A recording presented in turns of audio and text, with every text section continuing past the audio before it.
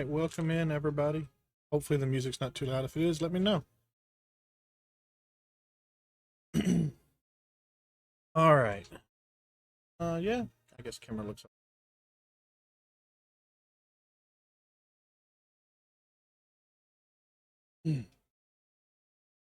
So welcome in, welcome in. Happy Friday, everybody. Hopefully everybody had a good week.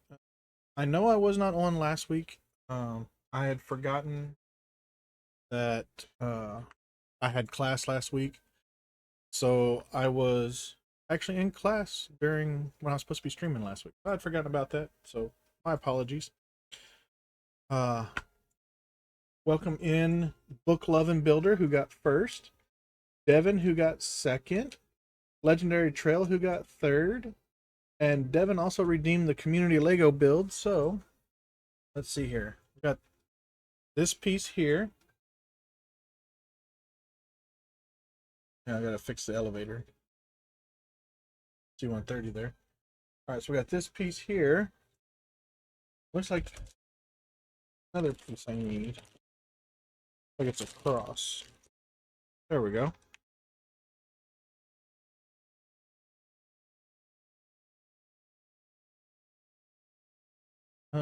We stick this here. This piece goes here. All right. So we've put the cross here. We got this here. So that was step 2 of our community build. So thank you, Devin, for redeeming the community build.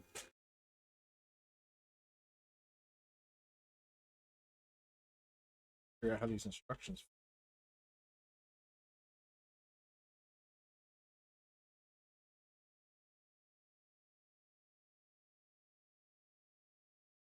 This way. All right. There we go. All right, let's see here. I'm doing good, Devin. How are you? Made some really good ramen. Sweet. What flavor? Beef, chicken, shrimp, something else? It tasted like cheese. Interesting. So if y'all remember last week, we got our pilot in here. Kind of see him in there. Is air hose there going down to the locks. So today looks like we'll be putting on the wings and the main landing gear. We already have the front landing gear. We just need the main landing gear, which will go here. You have your front right main, your rear right main, front left main, rear left main. So, if you have any questions about the C-130, I should be able to answer them. Now, it has been a few years since I've flown on them. The new C-130s are slightly different. They no longer have the flight engineer on them like they did on the slicks that I was flying on. Even this Lego model does not have the flight engineer on it. So, how many passengers can it handle?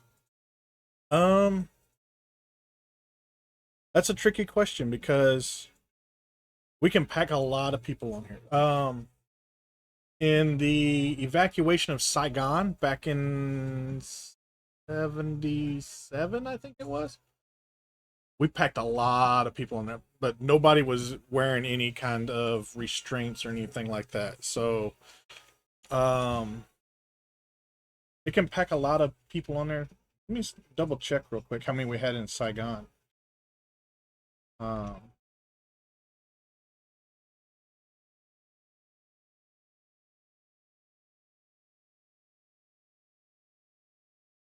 let's see here.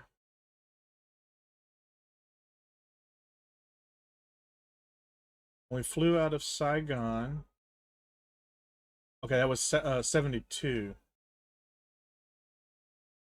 452 people were on board the last plane out of Saigon in 72.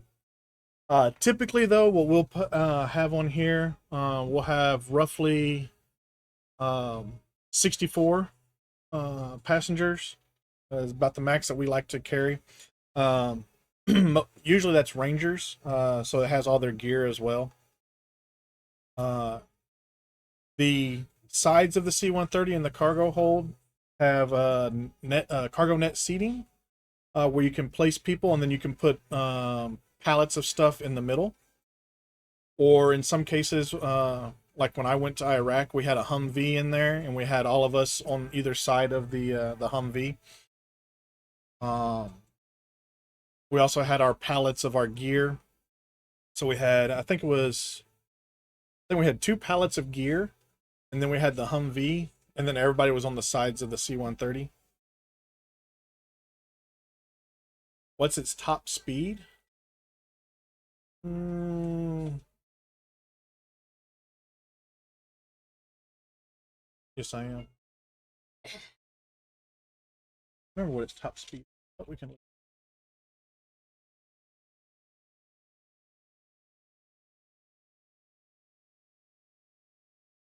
I like how it gives it in Mach 0.49.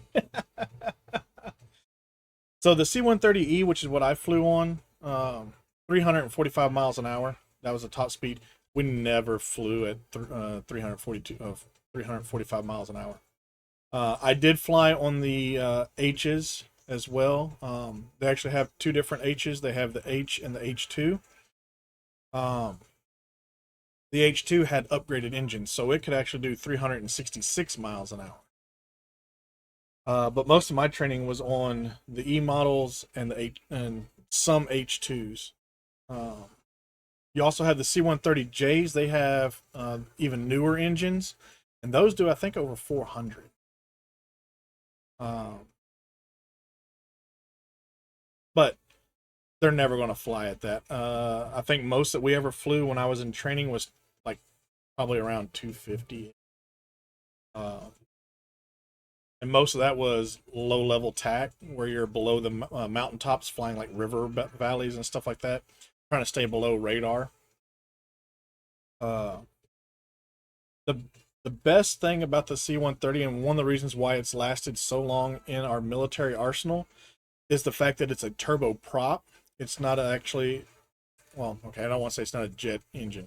It's not a jet in the sense of what you would see for like passenger airliners, or even like the C5 or the C-17, where it has those big turbofan engines on them. So this still has a jet engine in it, but the jet engine turns the prop, and it has a smaller intake, and because the wings are on top of the aircraft, it lifts those up higher.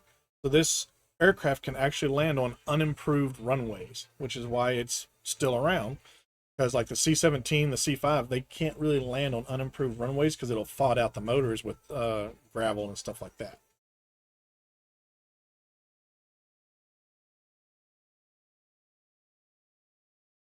We're gonna get Stream Raiders up and running real quick here. I forgot to bring it up. Um, all in all, this aircraft can hold the E's and H's, I should say. Let me rephrase that. E's and H's, because that's what I flew on. You could put 6 pallets inside of it, with one of those being actually on the cargo ramp here. Um, the J model, I think, can hold 9, maybe 10. I'm not 100% sure because I was a flight engineer, so I never flew in the J models. And the J models were just coming in when I got medically disqualified from flying, and so I didn't learn much about the J models. Uh, oh yay, update.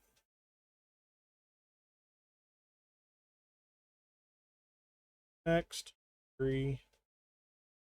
We don't want to share our PC stats. They don't need to know what my PC had.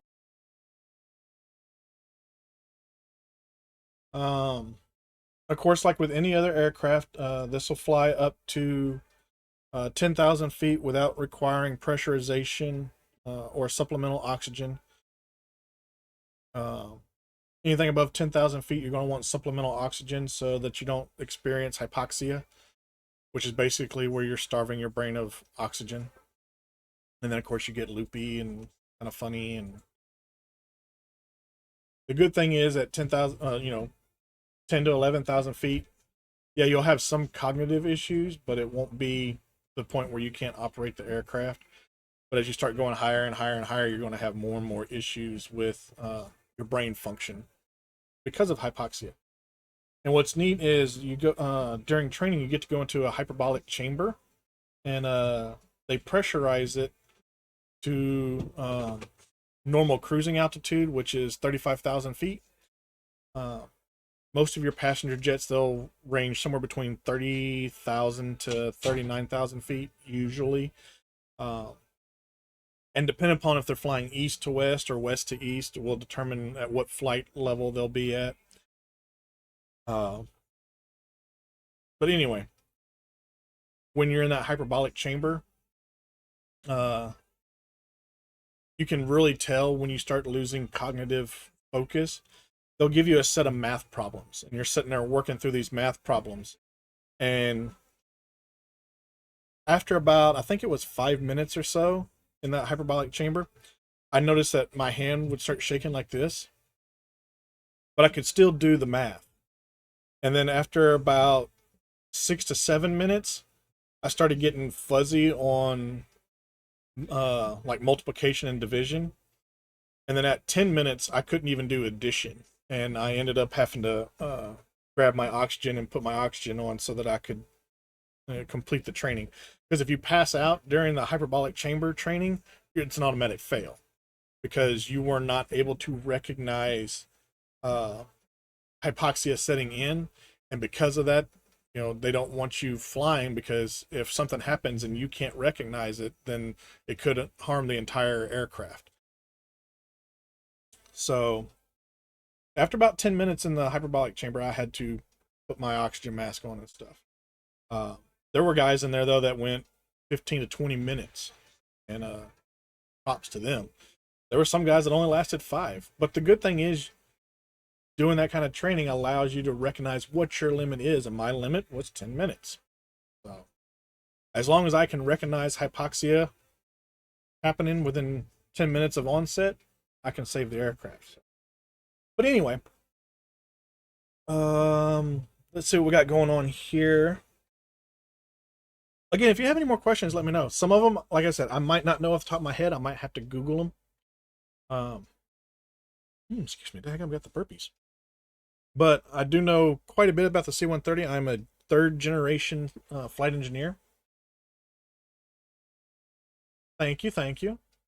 Like I said, I'm a third generation C-130 flight engineer. My dad's uncle, so my great uncle, he was a flight engineer on the C-130s. My dad was a flight engineer on the C-130s.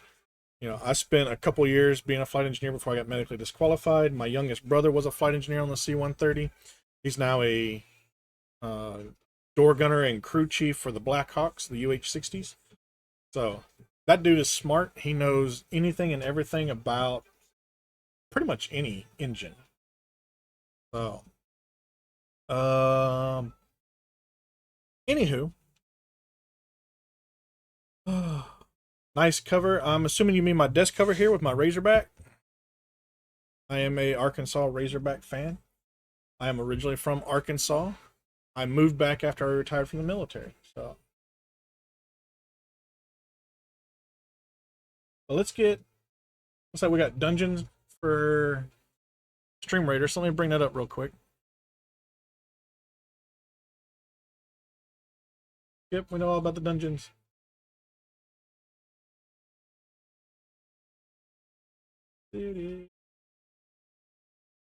Like I said, if the music's too loud and you can't hear me over the music, let me know and I will get that adjusted. What are my quests? Place 2 archers.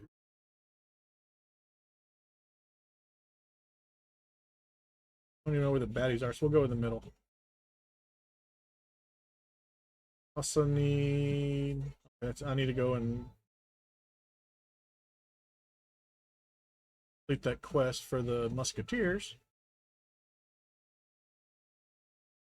Alright, so captain's on the field. Battle plans have been drawn.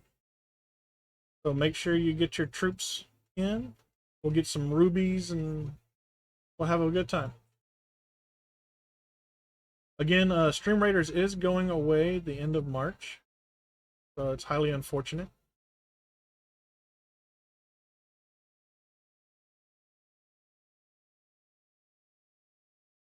But as with all things, they must come to an end. Okay, now we also need warriors. Cool.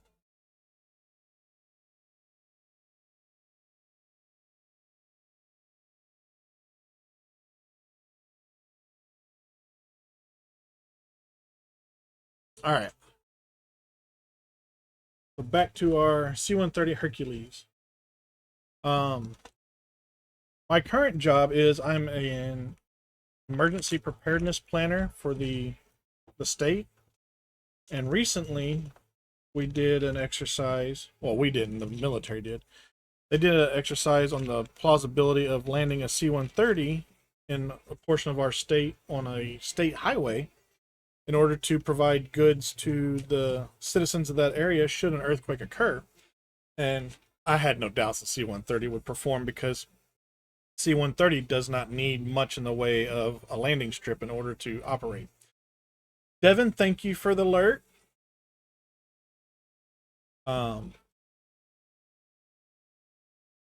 Did my Frosty bot not... Firebot not do its... Does I have alert command? Oh, it's disabled. Is it disabled?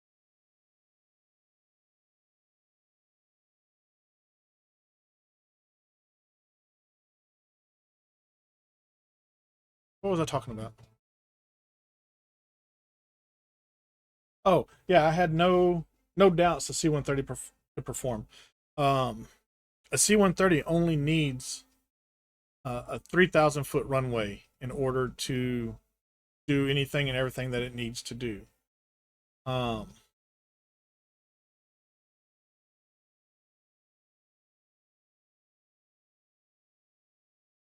Let's see here. I'd have to get out my toll cards. I still have my toll cards, and I still have a lot of my technical orders from when I was flying.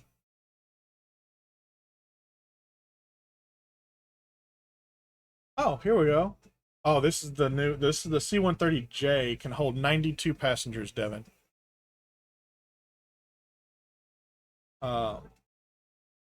64 paratroopers. Yeah, that's what I mentioned earlier. Yep.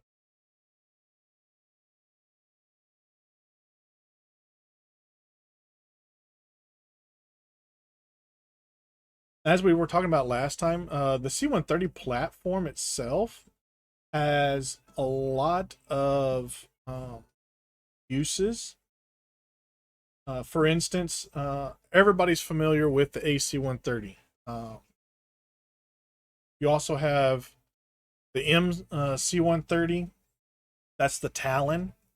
The AC-130 is the Spectre. I want to. Then you have the HC-130, which is it's either Navy or Coast Guard. I can't remember which one, but they use that one for long range search and rescue for like when ships go down in the ocean. And then you have your I already said your MC-130, your KC-130, which is an air refueler for helicopters. You have, wait, that was a KC-130. Yeah, the KC-130.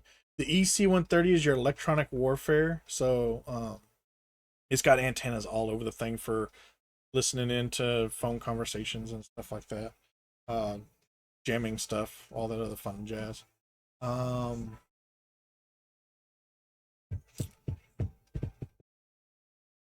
Another one. AC-130. The regular C-130, which is what this one is. This is just what they call the slick. It's strictly a cargo aircraft. Yeah, the AC-130, the C-130. You have EC-130, which is the electronic warfare. AC-130, which is the air refueler for the helicopters. MC-130, which is the Talon. Similar to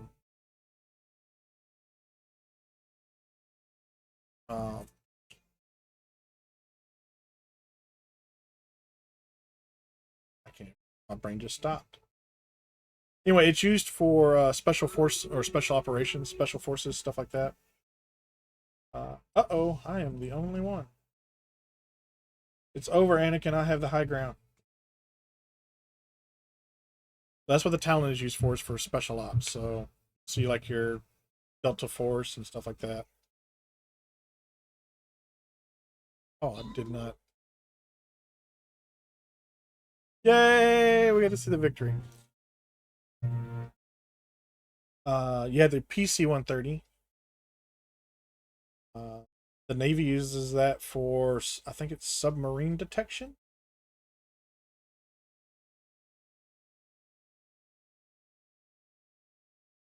Monks reduce the healing of all nearby enemies, and they apply a reduction of 30% plus 10% per two. Rapidly reload the musketeers.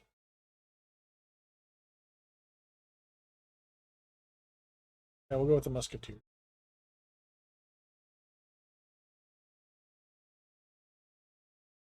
It looks like we're trying to capture some castles this time around. I need warriors and archers.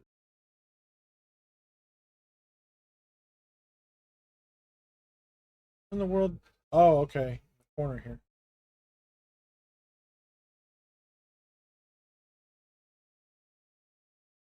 All right, I got my 2 archers now.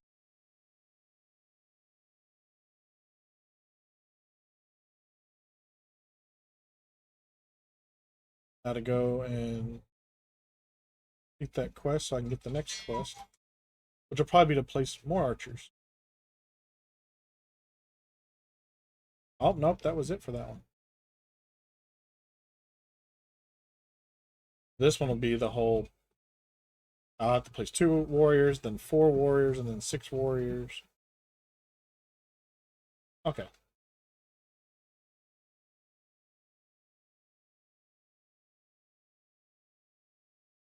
There we go. Um,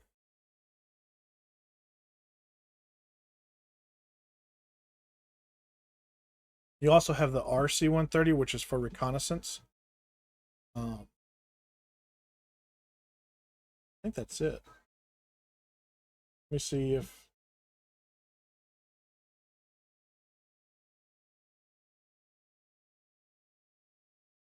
I can find anything that has any other variants that I've missed.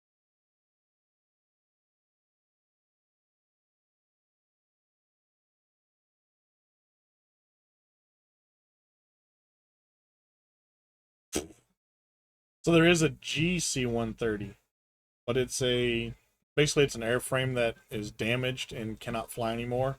So it's used for instructional purposes. Oh, I forgot about the LC-130. So the LC-130 is the one that's equipped with the skis, so it can land in Antarctica. That's the LC-130. The PC-130 Maritime Patrol. There's a SC-130 that's used for Maritime Patrol as well. Oh, it's strictly the J model. It's called the Sea-Herc. It's used for anti-submarine warfare. The TC-130 is aircrew training. VC-130, I've never heard of that, but it says it's VIP transport. Oh, the Hurricane Hunters, WC-130. So the WC-130 is actually the Hurricane Hunters. That's cool.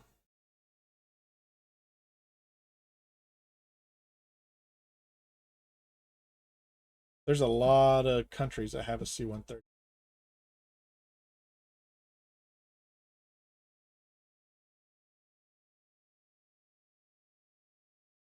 Hmm.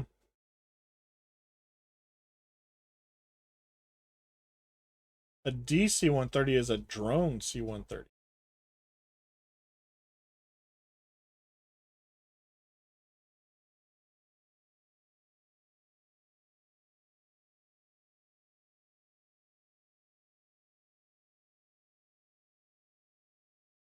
Huh.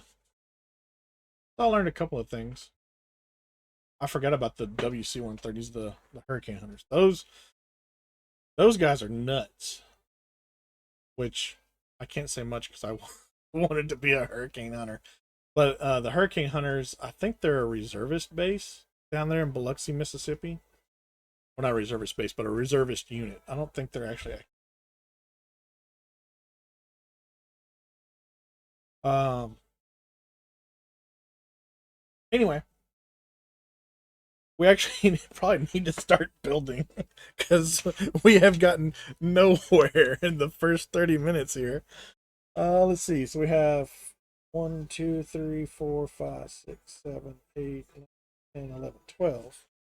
2, 3, 5, 6. Yep, that's 12. So I need two of those, and there's those two. And then we need some other parts.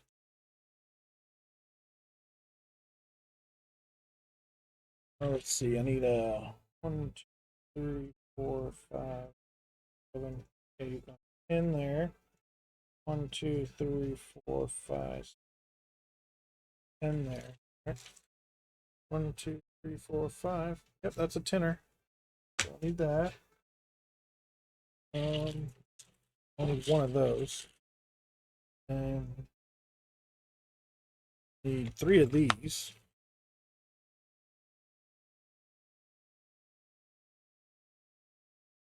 And then I need this. Nope, not that one. This one. 1, 2, 3, 4, 5. Yep. All right. Let's move. We don't need this right now, so let's move this over here. Yeah, we'll put it in that position. That way it looks like it's taking off. Alex, hello. How are you?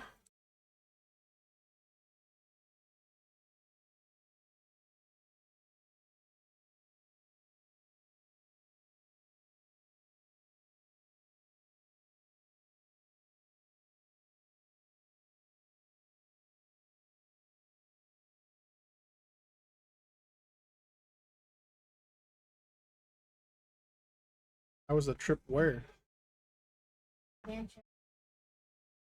Oh, missed that.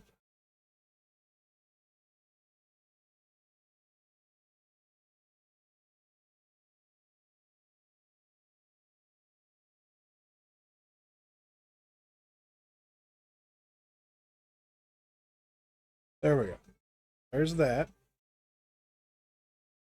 All right, and then another 12. So this one,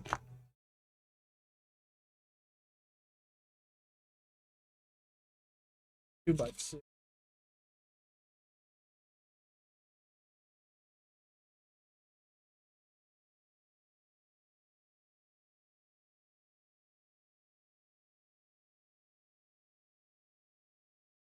2 by 5.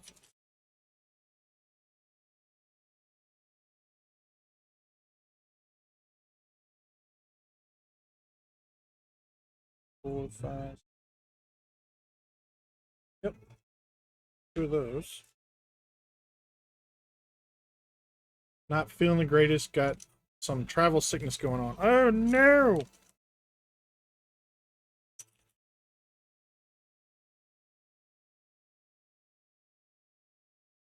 I try to load up on all the.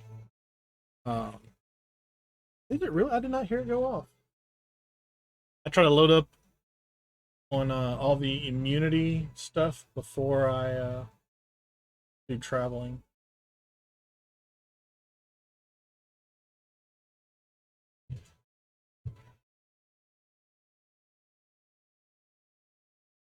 Run, run, Tuca. And book. Oh, I'm dead.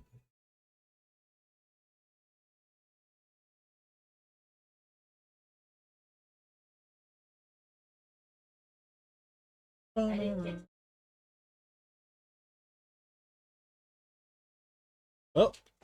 in we go. We've completed level 1. Died at level.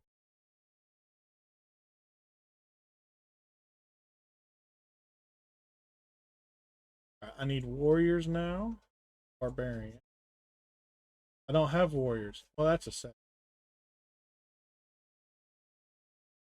Use my Amazon.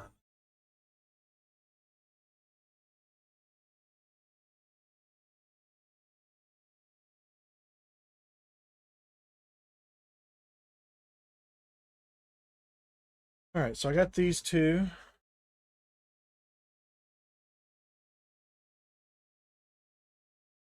Need one of these. Still need the 2x6. 2x6. Or 2x6. All right. So the 2x6. Why would you have me put something that doesn't secure anything to anything?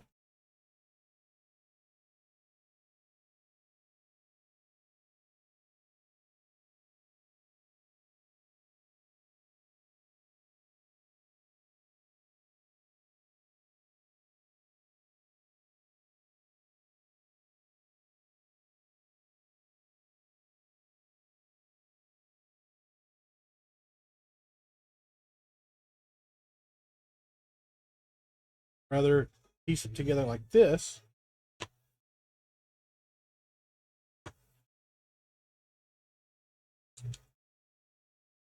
than to do whatever the hell that was.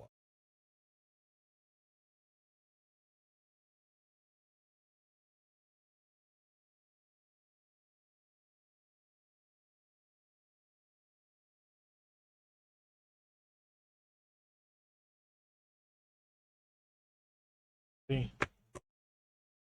I'd rather do that.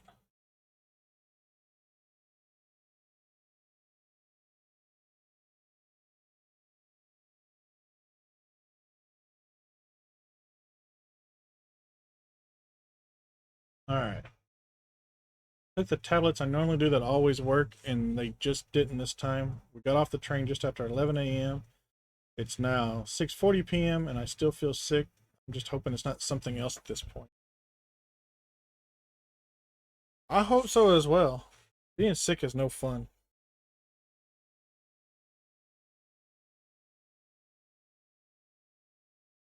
Yeah, 2x4.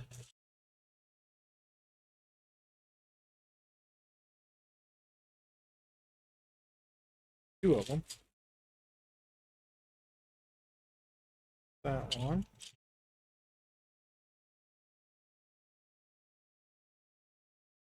There's that one. Another 1x6.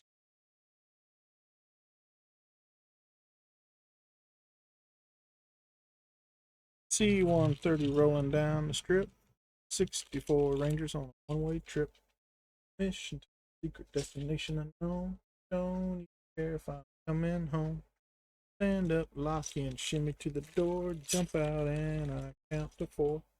If my main don't open wide, I got my reserve by my side. If that one should fail me too, look out ground, I'm coming through.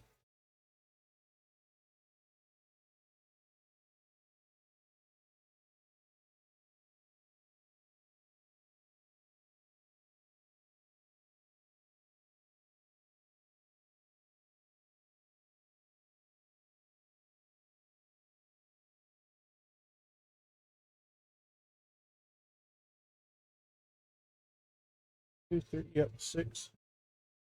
6, yep. Another one.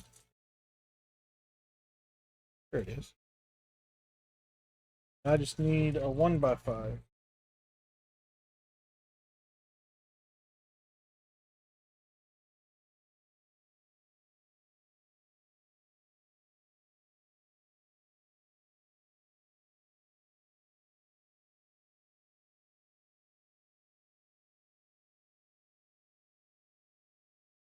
That's cool they included the nacelle on for the props. That's what this thing right here is called. Ah, that's called the nacelle. Looks like a bullet tip. The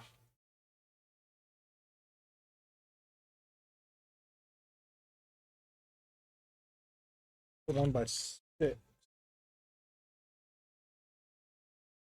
Wait, that's what I needed, was 1x6s. Okay, I thought it was 1x5.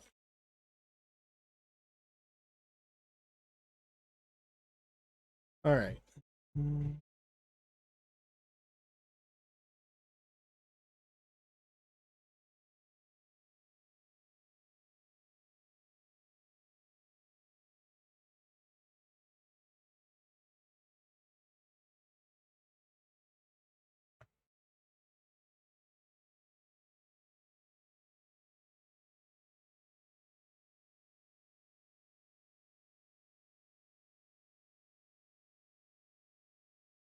Steel!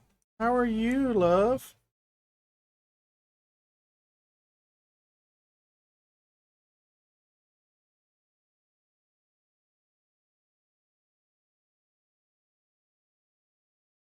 Bounty? Is that how you pronounce that? Hello to you as well.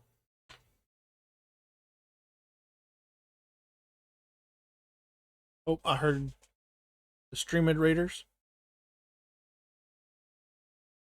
You're chilling? Sweet, sweet. It's good to see you back in the Twitch world.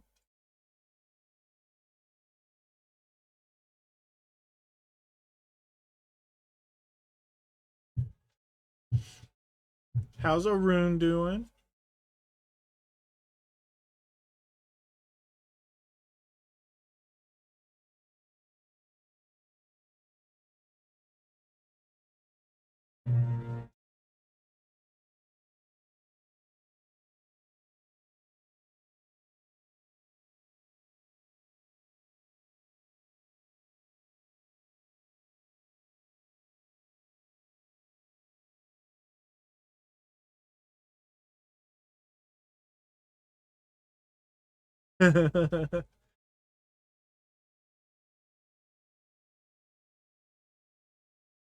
He's not sick of you. Don't say that.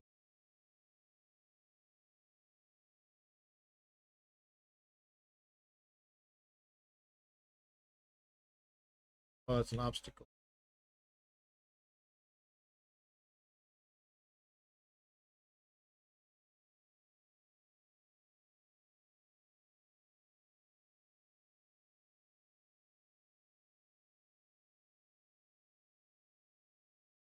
He's sick of you and stuck with you.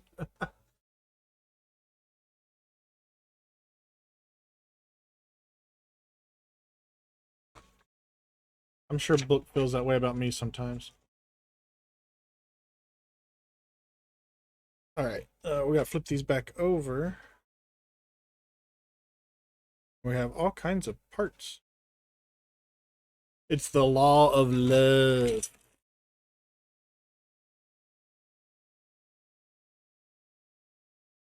So there's that one.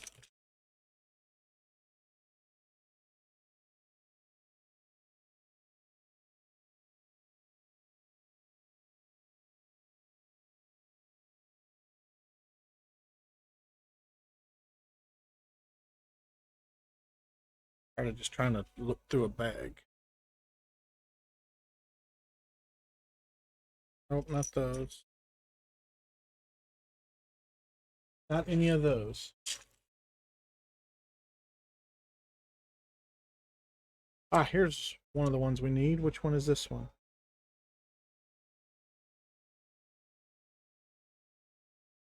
I think. Looks like it.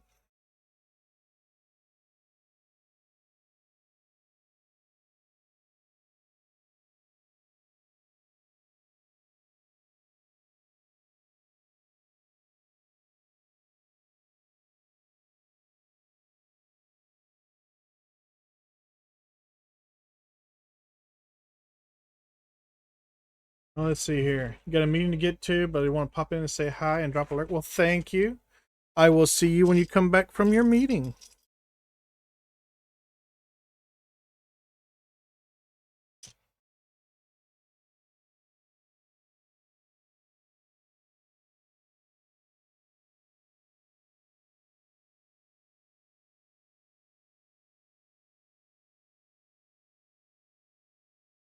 Here's this one. Each one of these is in a different freaking bag, ain't it? COBI bricks. Get your crap together.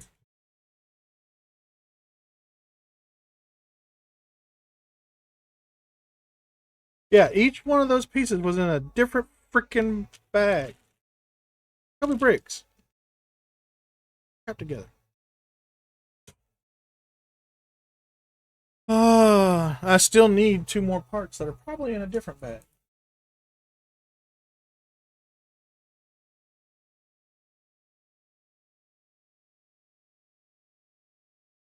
Yep, they're in this bag.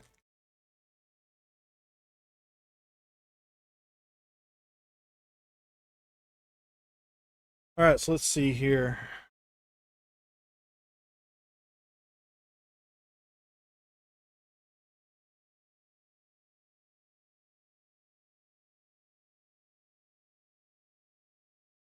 This one.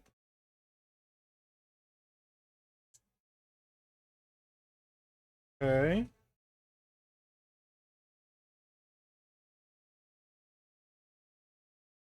This goes here.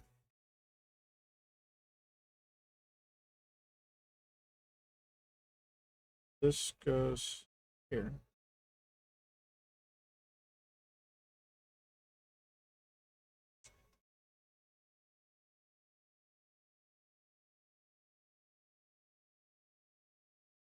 This goes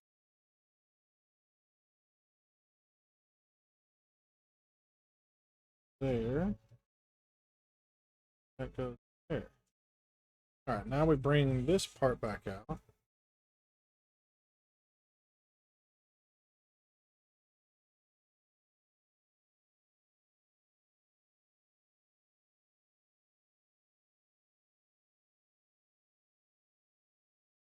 All right, and then we need the other pieces that I need to find them.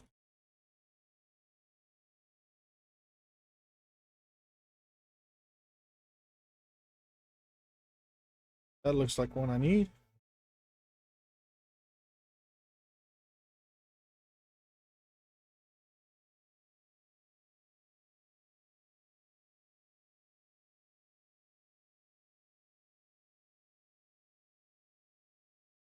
One by four smooth.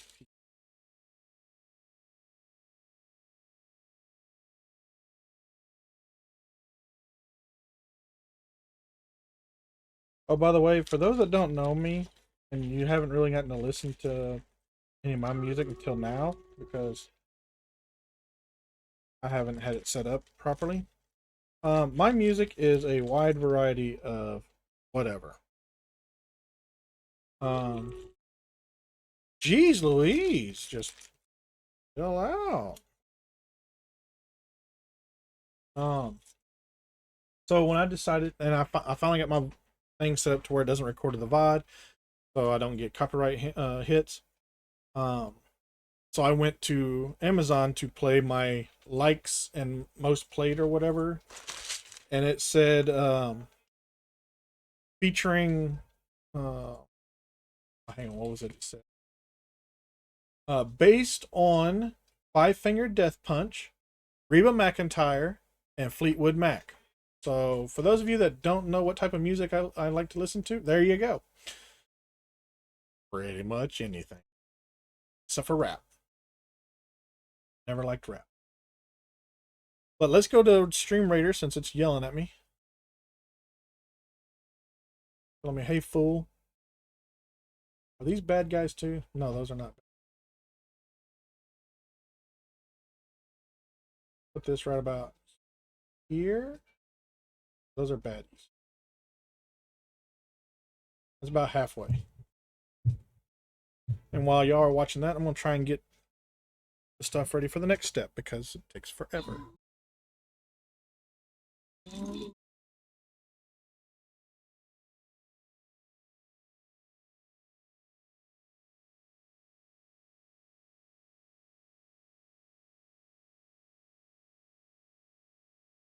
Guess how many pieces I found while y'all were watching that? None.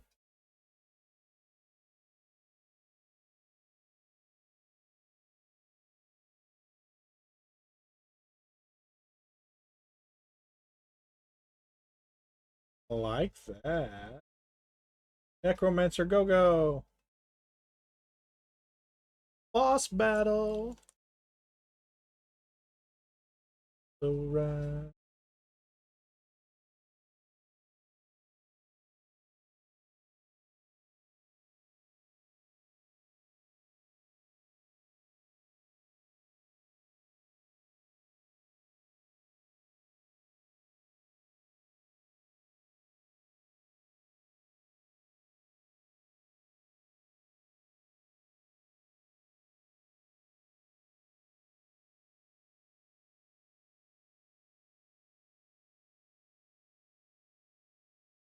Need two 1x6.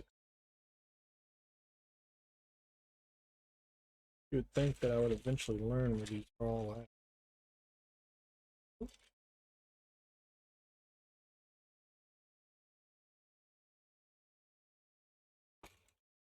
Usually, nobody asked for you to hop out. Oh, I think. Yep, there's one. Means the other one should be over here somewhere too. Ah! 2x6. Nope, that's 2x5.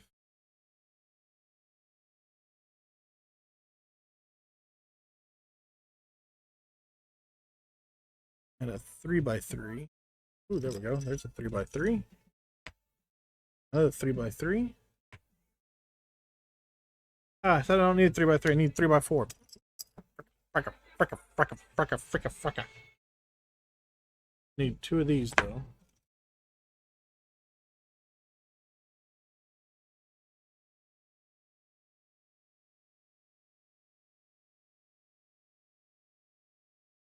This one? Yes.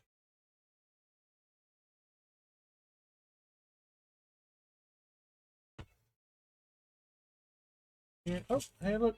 There's a 3x4.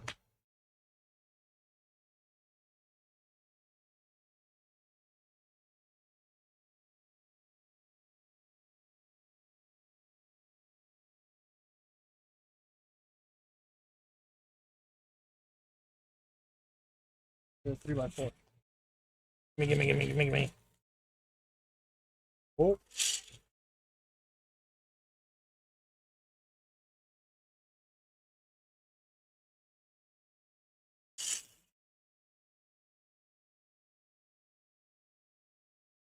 Turn into a chaos build.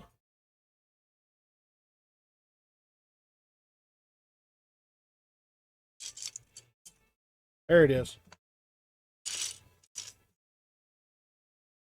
Alright, so we got these two. I need 2x6s.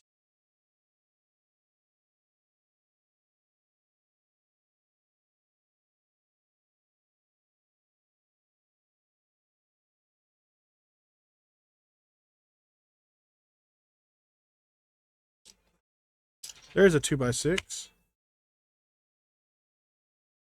1, 2, 3, 4, 5, 6. Yep.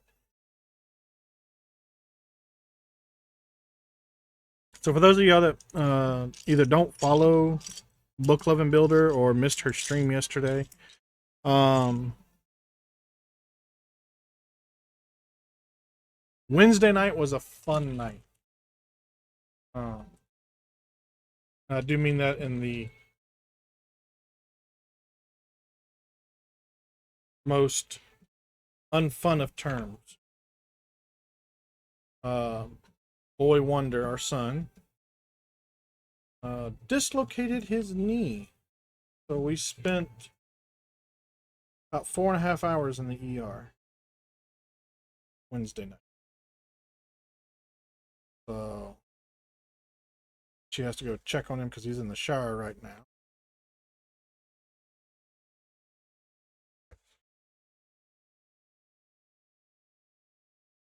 All right.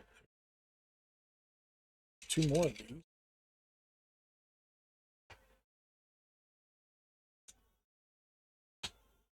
So that's what Book is doing right now. Checking on Boy Wonder, seeing how he's doing.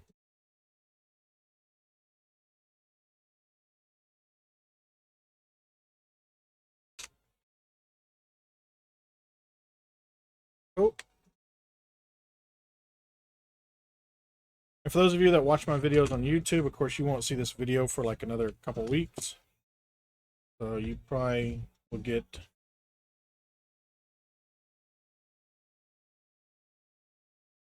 the information way late. I got those on there.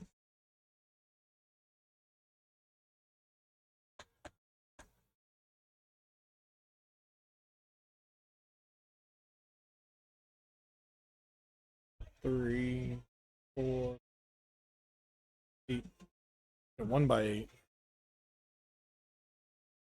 Yep, 2 of those.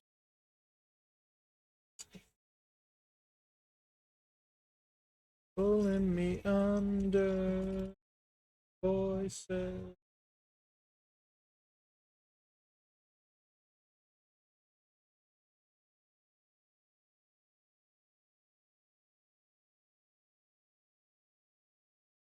Now I need those 3x3s I had earlier. And I heard the stream raiders.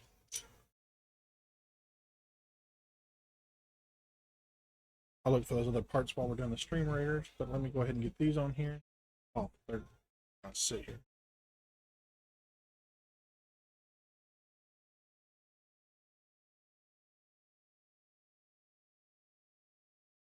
The other parts are gonna go here.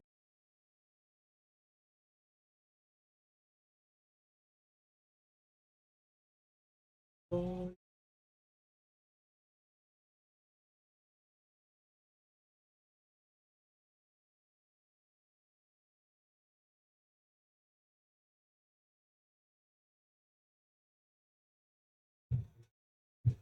Get that pyramid.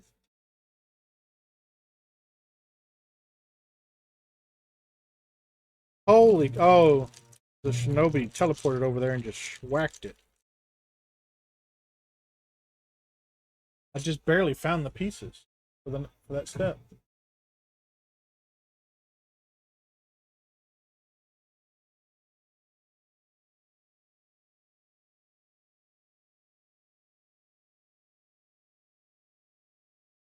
Um,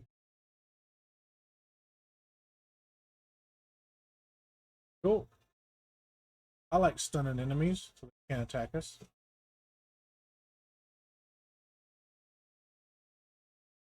Voices.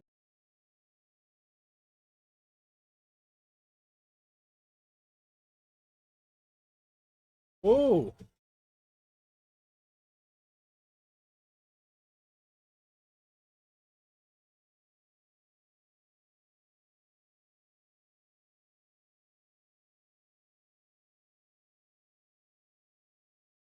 Had quite a few enemies this time around. Alright, so I found these right when the thing ended. Oh. Alright, so now then, next portion.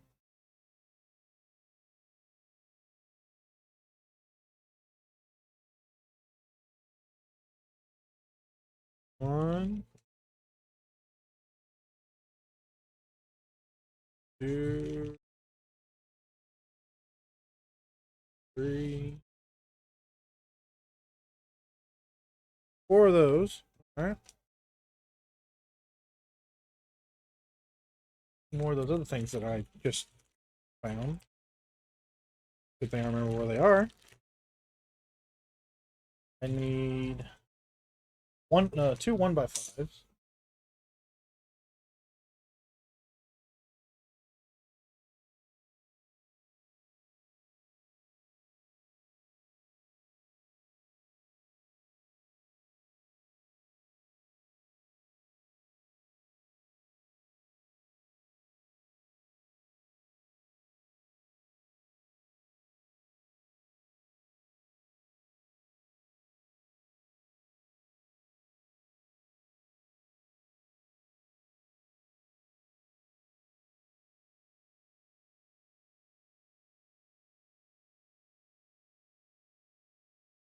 Alright, and then I need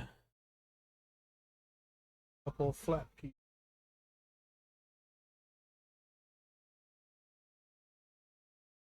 Looks like that one. Yep. And this one? Nope. That was the same size.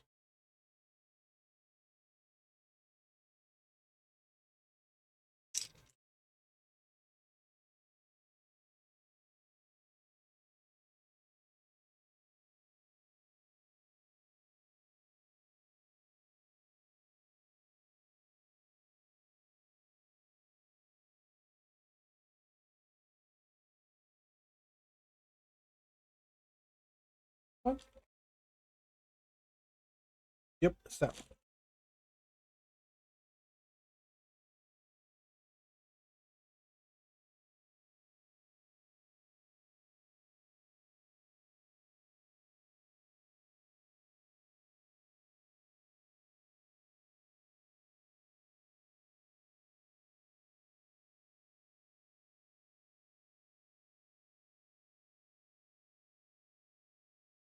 I don't know where would you put it where it doesn't go across, because then it doesn't hold anything. Just there.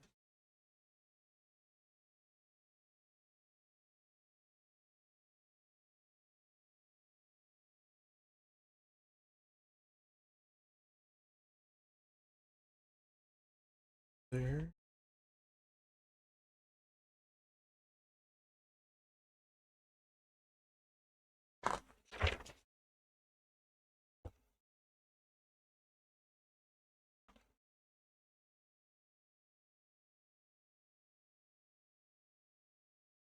All right. 1, 2, 3, 4, 5, 6, 7, 8, 9, 10.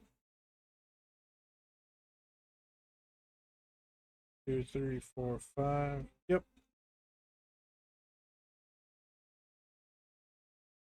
Got two of those.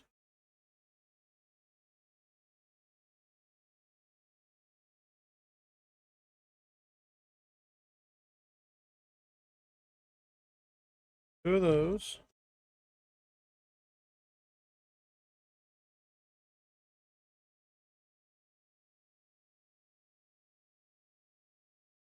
Two, three, 4, 5, 6, 7,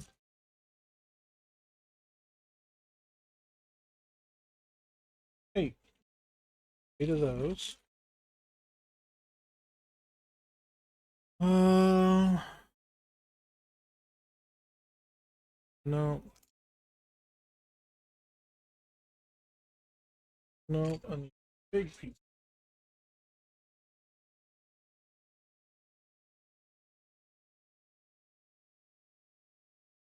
Seriously?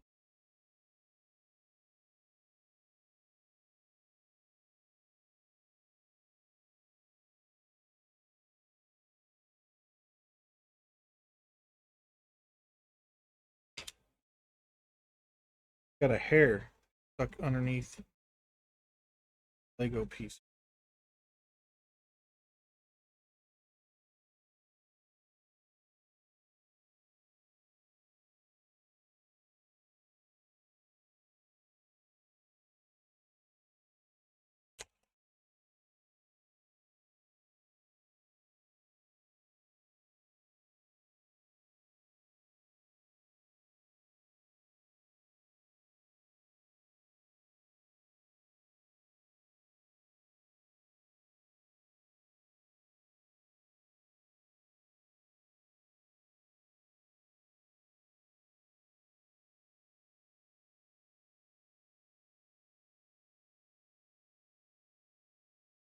Those. I got those.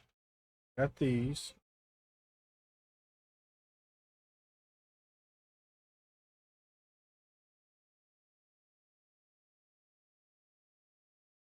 Good.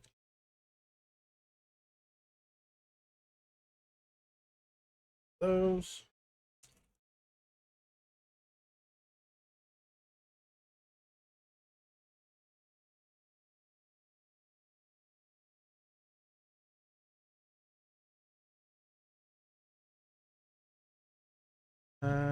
looks like these would be three. Well, 2x3 flat piece. Flat smooth. Here we are. This one right here. Right here.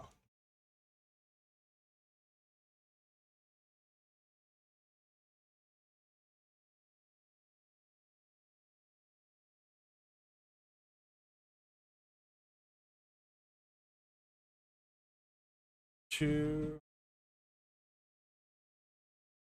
This is what I don't understand. So there's this gap here. Instead of sticking this here and making this a stronger connection, we're going to put this little one here to cover that. And then stick this here. Why not get one that's smaller and do a 2x2? That way it covers this whole section here, makes that joint stronger.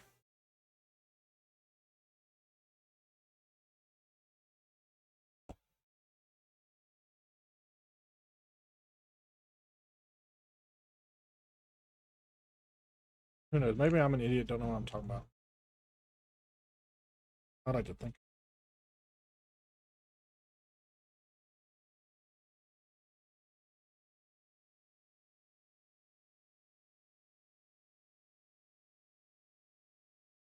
Um,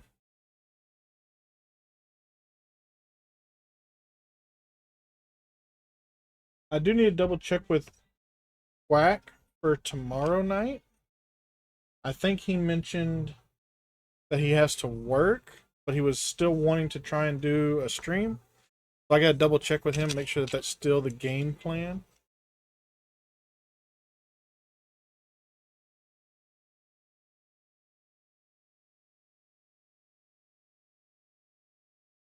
Oh, that's not at all what they wanted me.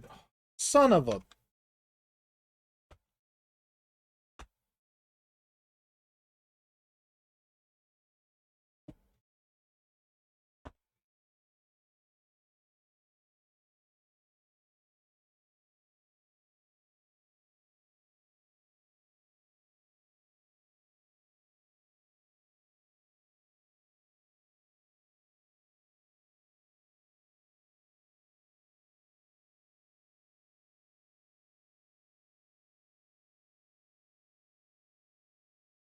Keep doing this even more.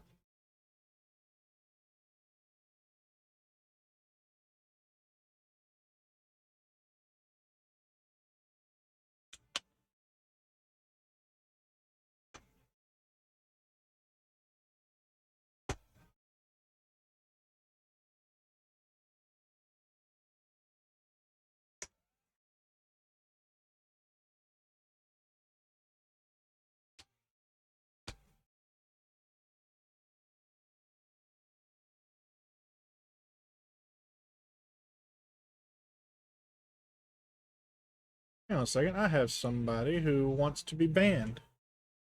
Give me 1 second.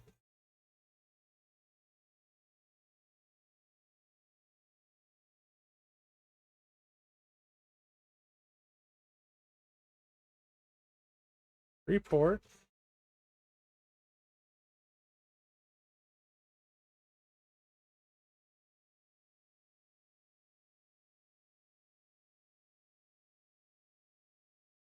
I gotta do stream readers because apparently it went off as well, and I didn't hear it. But let me do this real quick.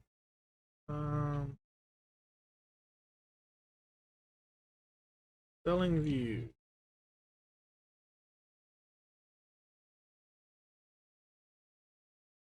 Block. Ban. Oh, that count was created yesterday. Bad day for them. All right.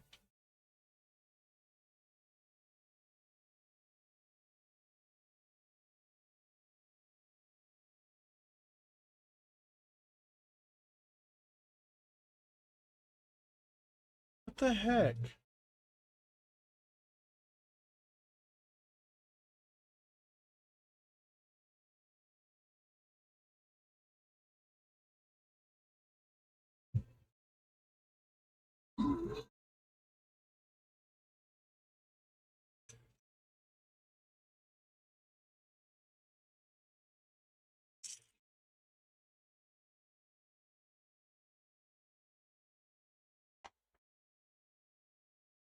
Let's get them. Come on, get them.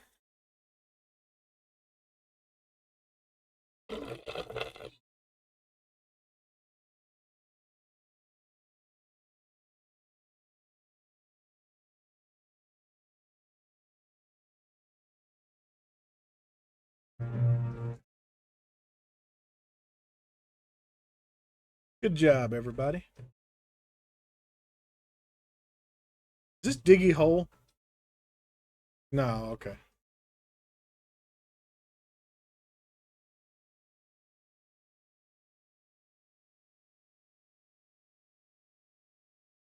Hmm.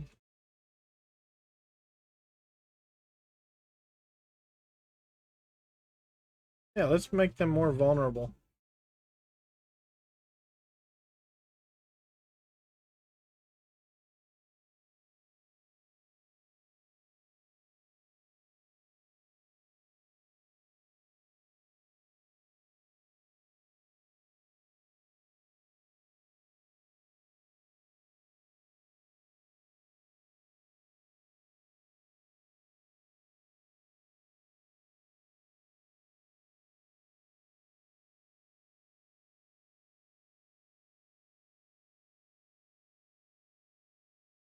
All right.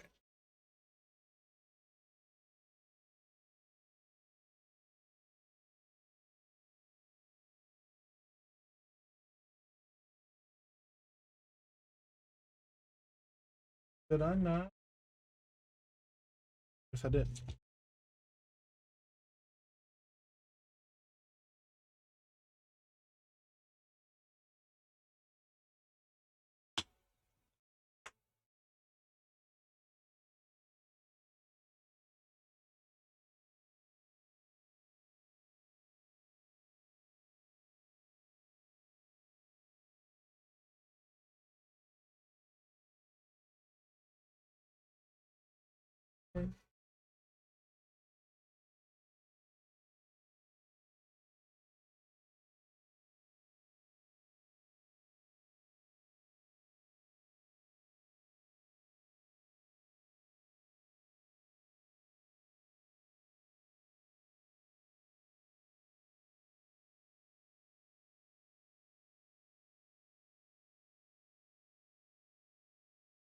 All right, we had those two, we had those two, and we added these four.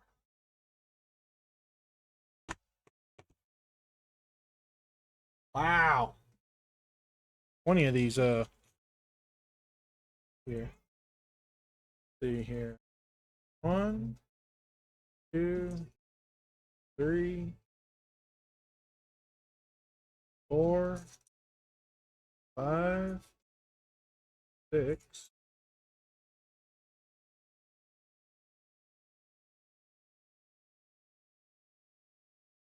seven, eight,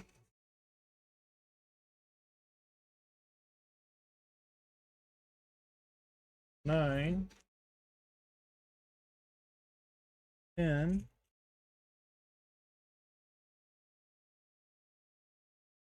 There's 10 of them. 11, 12,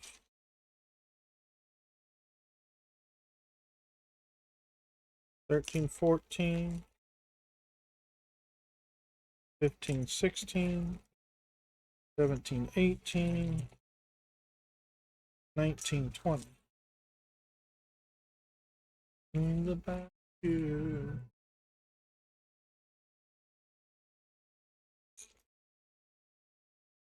Then I got more outside the bag than I did inside the bag.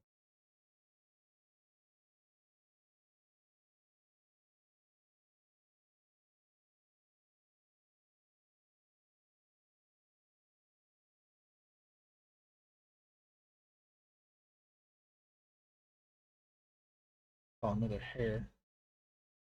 So, all right, so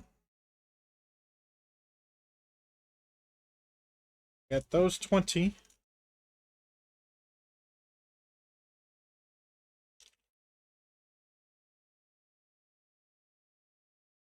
Oh, excuse me.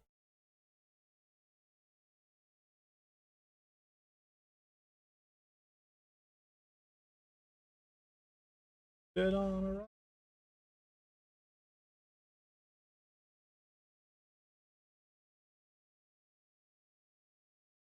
Out there. Look at that bag with some small parts.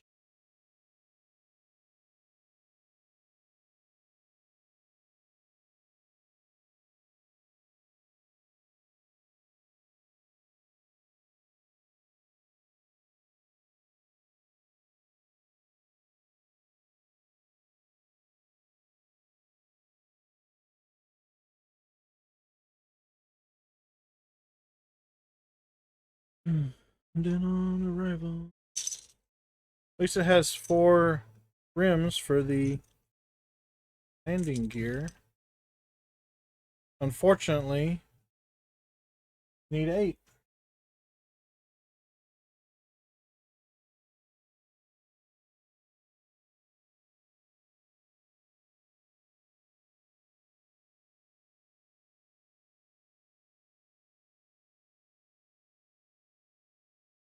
There's 1. I need 2. There we go. There's the second one. And then 4 flat squares. So there's 1, 2.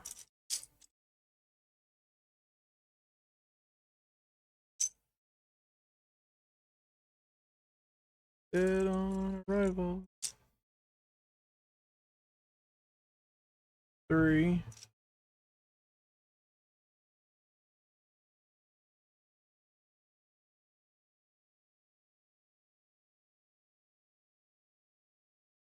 Diddly doo.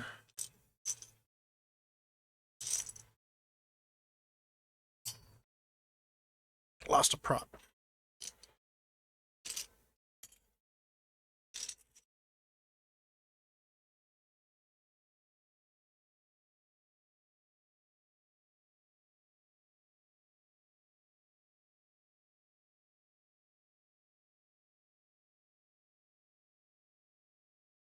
I needed 4. Where's the 4th?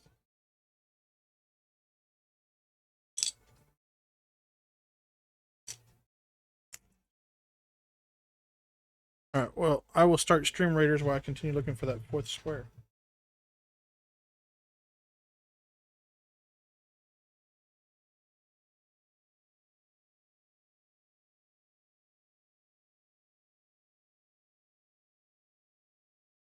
Versus.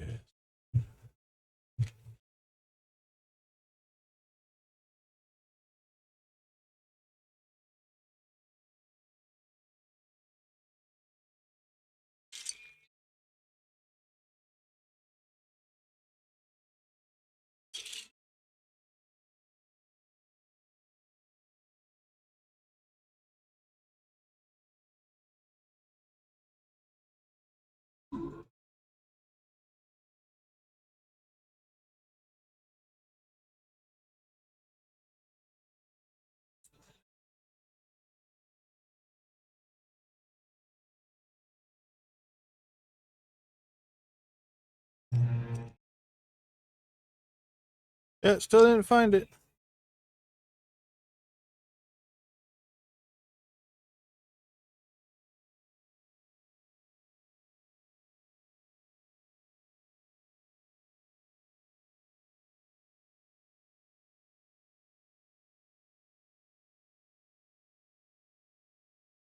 I know, that's the second one for Ranger, or for Musketeers, but I like the Musketeers. Oh, I found it. Yay!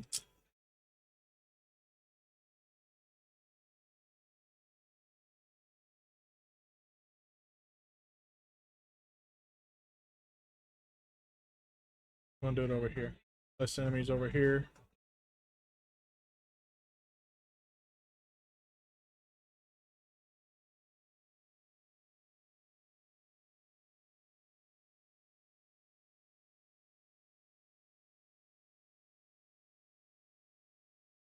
Alright, so I found those 4.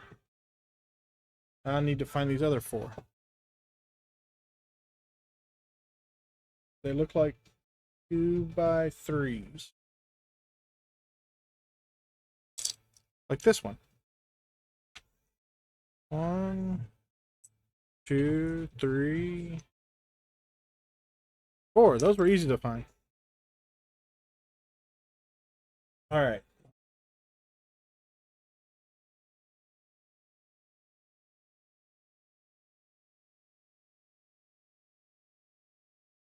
That goes there. 2, 3, 4. So that goes there. This goes there. 1, 2, 3, 4. So this one.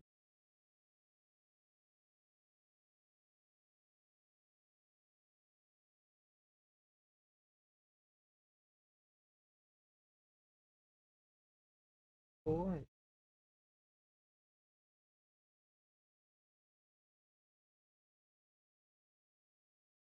This one goes.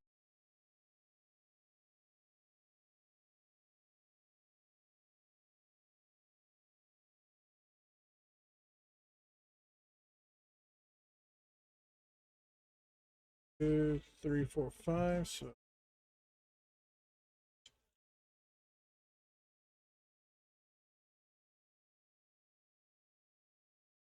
then 1, 2, 3, 4. Skinny one, and then so 3, 4, 5, and a skinny one.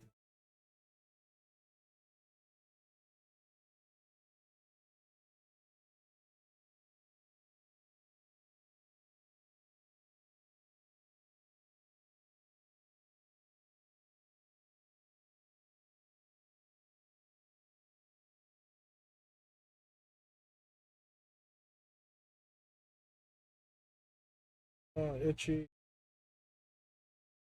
1, 2, 3, 4, and 5.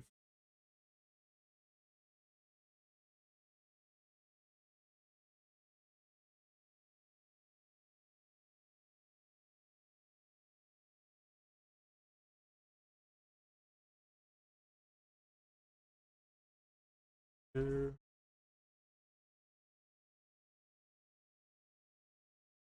4. Skinny one. 5. All right. There's our wingspan. Look. Let's see. This one.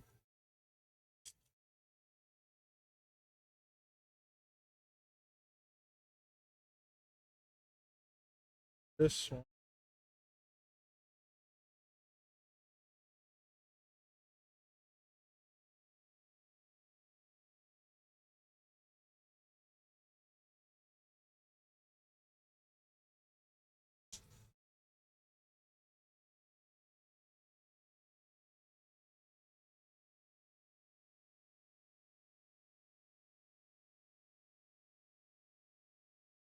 This one.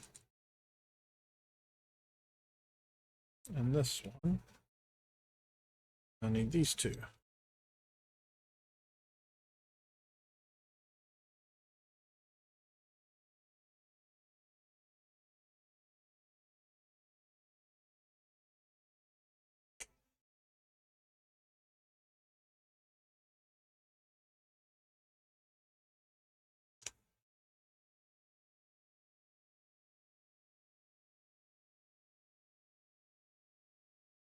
This one.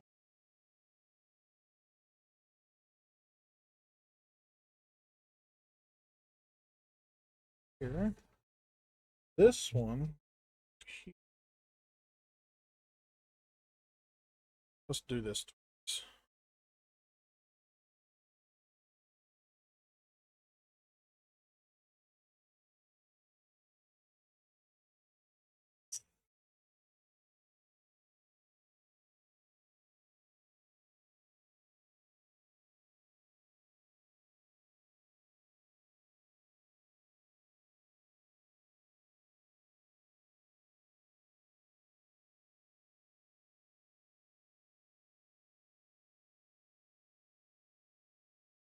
This is the trailing edge, and this is the leading edge of the wing.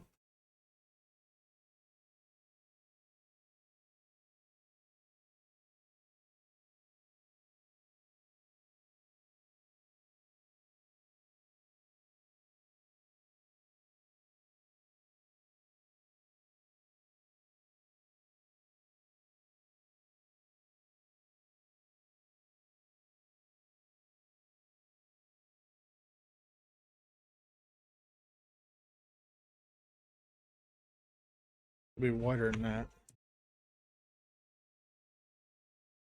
Yeah, so it's this one.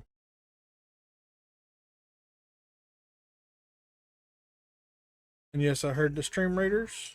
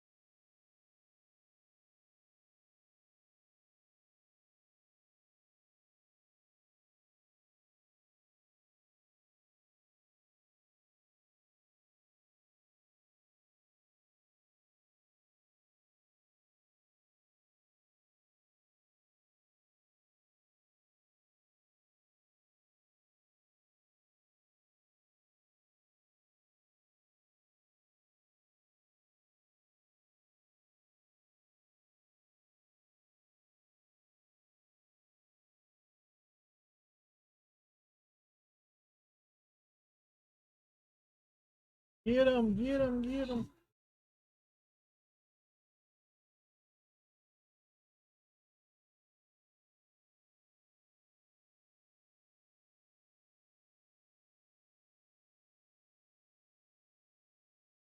Yeah.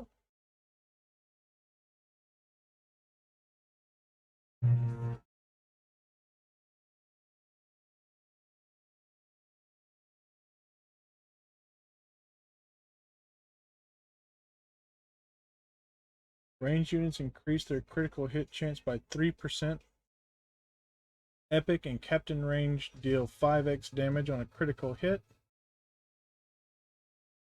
Bombastic Bones. Necromancer summon skeletons explode on death, dealing 10 damage per summon to.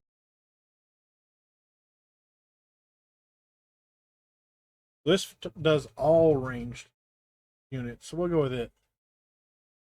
Is that your archers, your bombers, your musketeers? That affects more than just one group of people or one unit. Artillery, mages. All right, what we got here? We got fire crystals. Gain 75% damage versus ice and lightning. What do we have down here? The lightning, of course. So we want to start out by the fire. Because that, and that are all weak. Boy, that's water. Ooh, no, we want to start out by the water.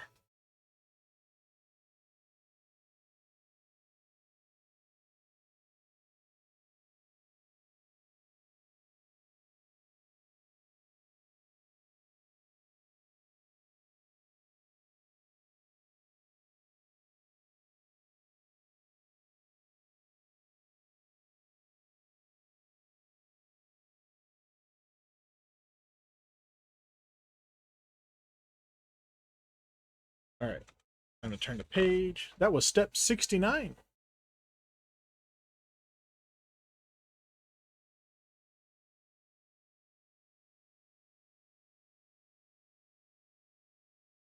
Who we are, we are.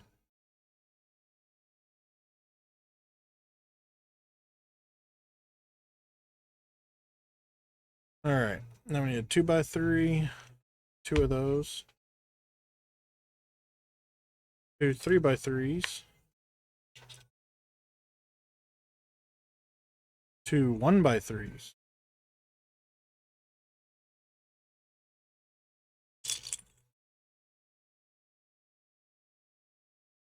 and 2 2x2s. Nope. Nope. Nope.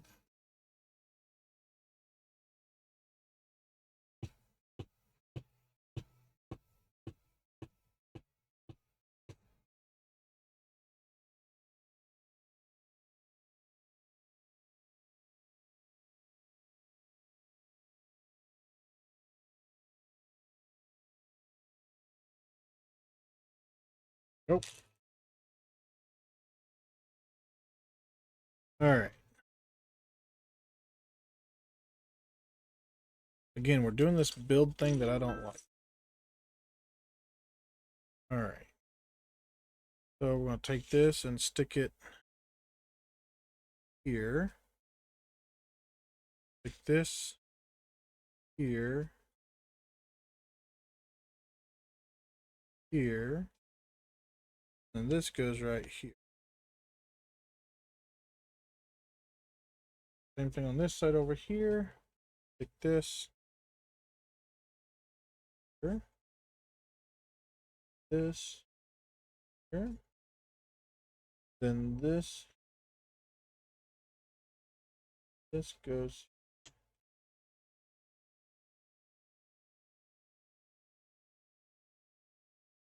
here. We need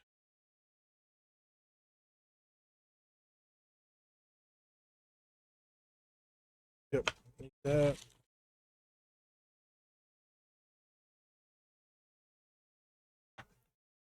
That.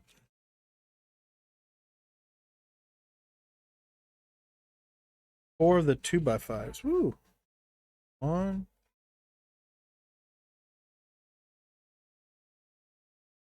2, 3,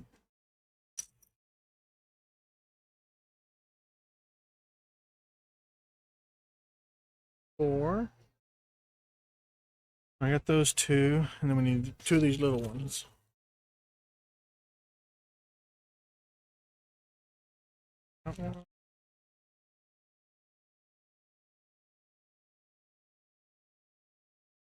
Gimme.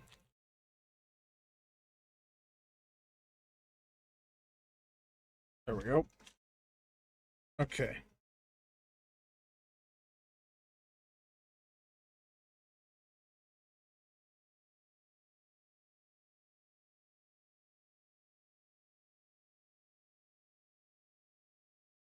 Out of me doesn't hurt at all. Doesn't you feel this way?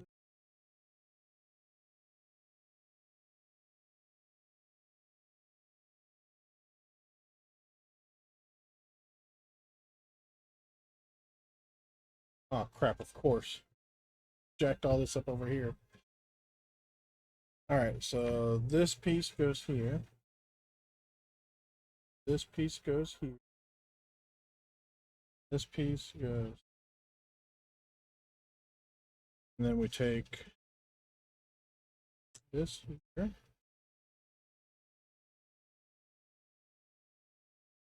That there.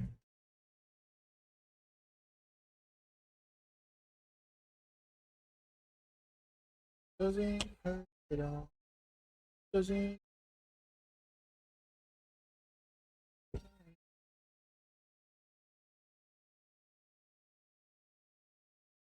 We'll go full flaps. Take off.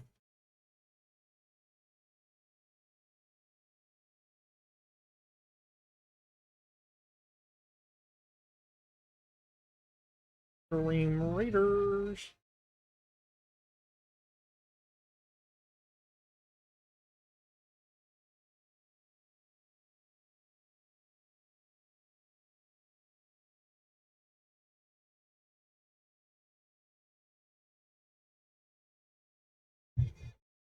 While that's going, I'm going to grab the pieces for the next step.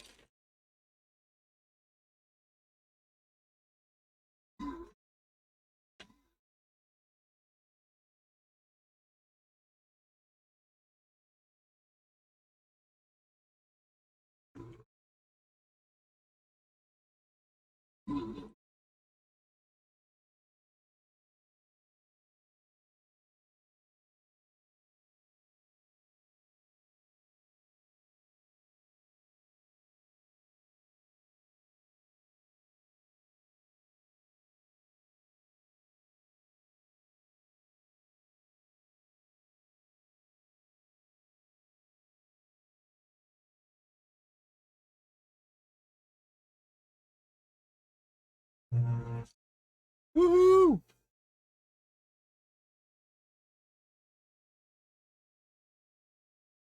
And I found all the pieces.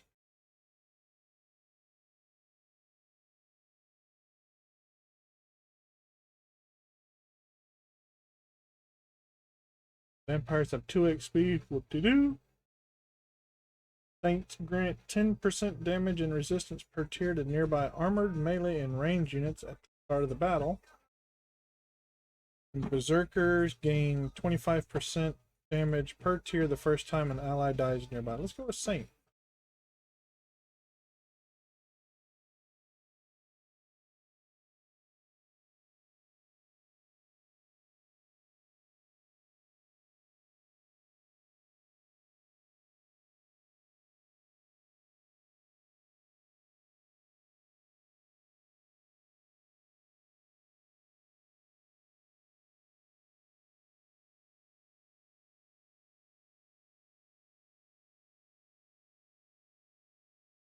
Excuse me.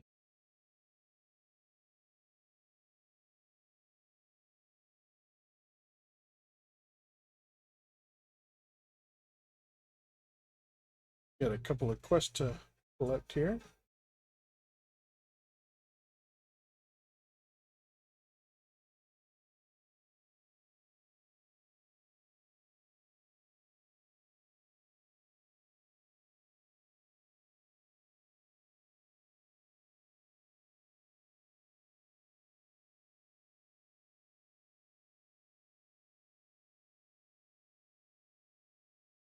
Still locked.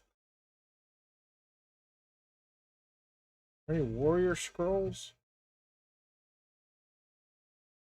Of course not.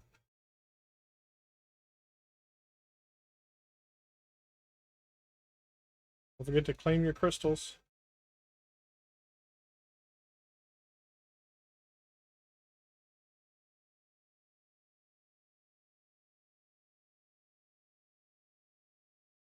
All right.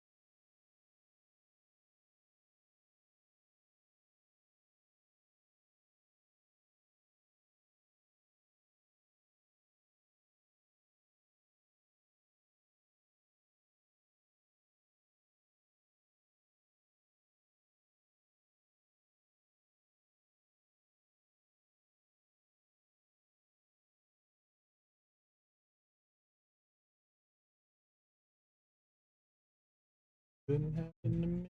Couldn't happen to me.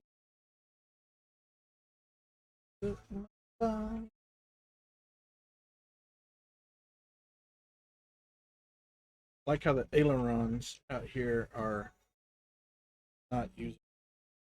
We got our flats, and this is where the aileron would be, but it's immovable. It's a solid part. All right. 73 through 75. We're going to do this times 4. So this must be the motors.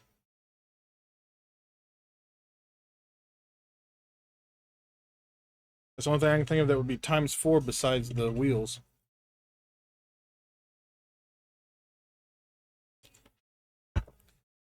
All right.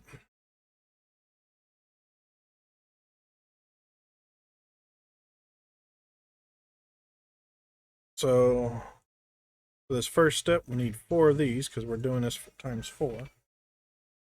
4 of these. Need 4 of these. 2, 3, 4. All right. 1, 2, 3, 4, 5, 6, 10. 1, 2, 3, 4, 5. Yep. 10. So we need 4 of those.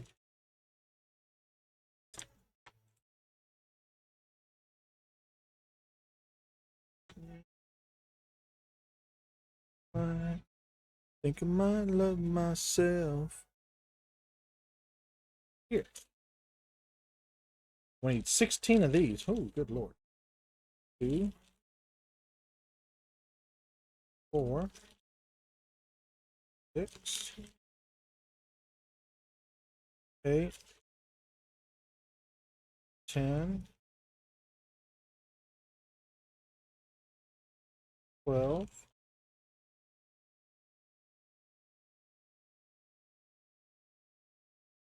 14, 15.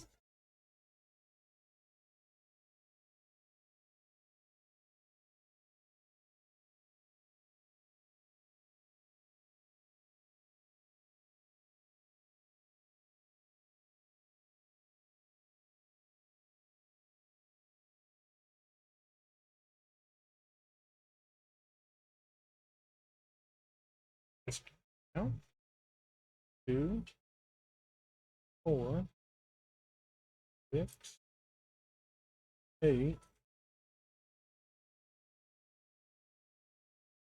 12. Yeah, no, there's 15 here. Oh, there's 16 hiding underneath the book. I got over there, but okay.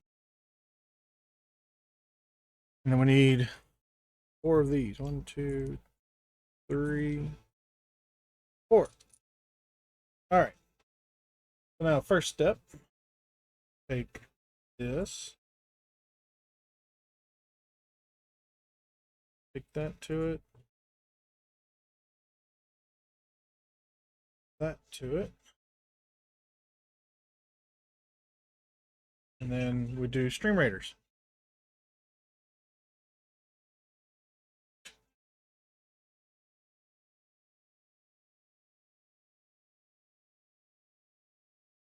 Everybody's all scattered everywhere.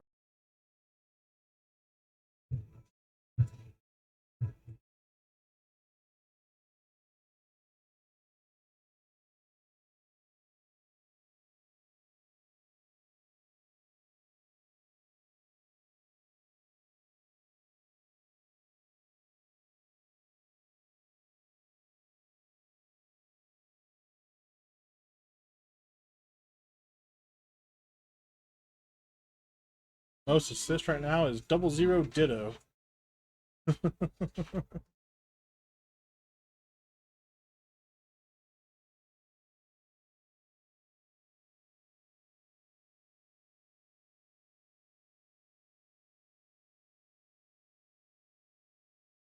Crazy Tashi had the most kills at 8.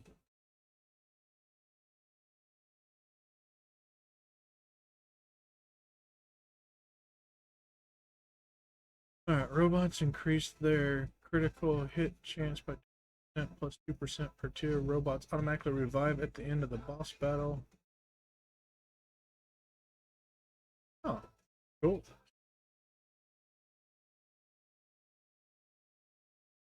Oh, speaking of boss battle,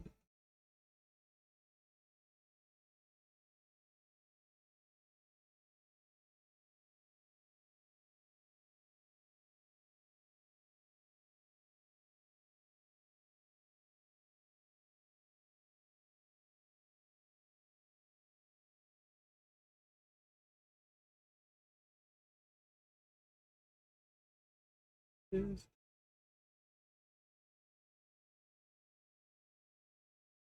alright.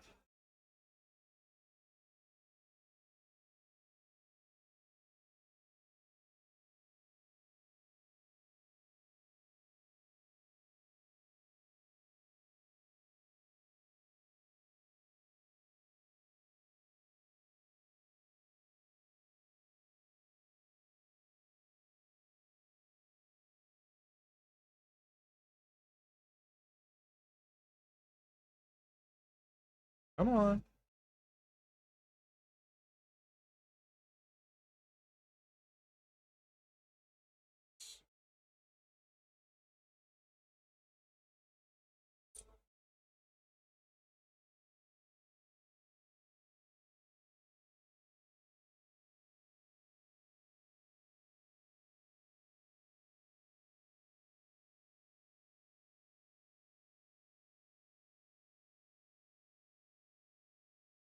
Come on.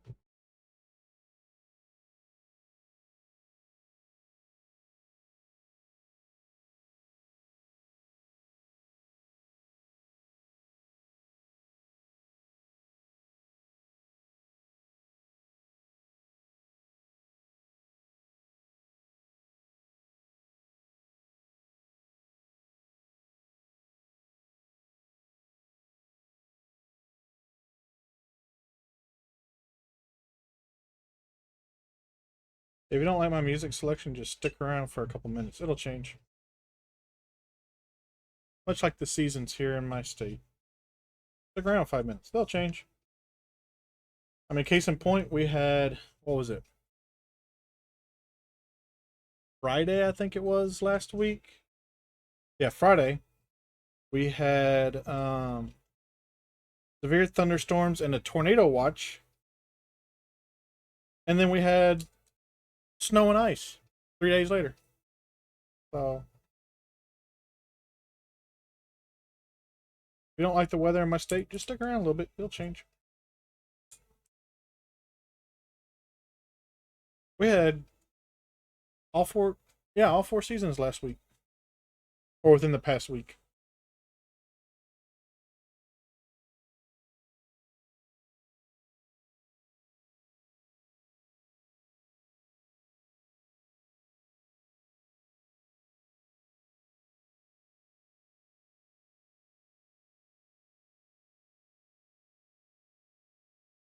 All right.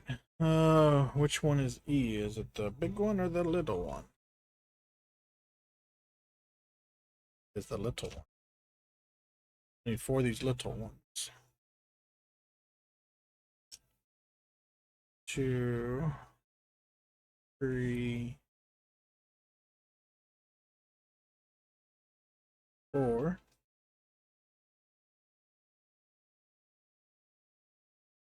8 of these. So 1, 2, 3, 4, 5, 6, 7, 8. Then we need 4 of these. So 1, 2, 4.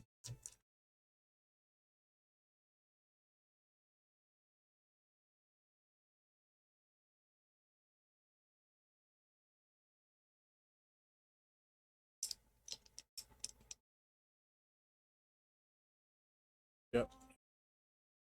3 and 4. And 1, 2, 3, and 4. All right. So now we take one of these.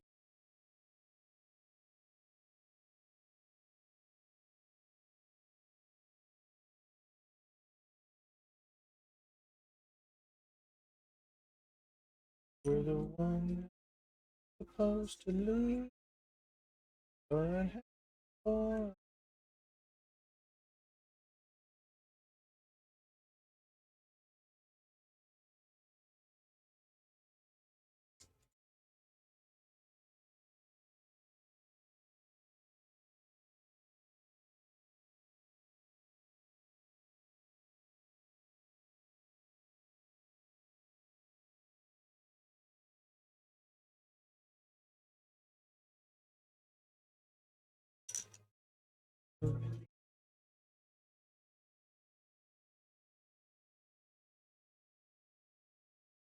You were the one that I wasn't supposed to lose. Thought I'd have you for a have you for a lifetime.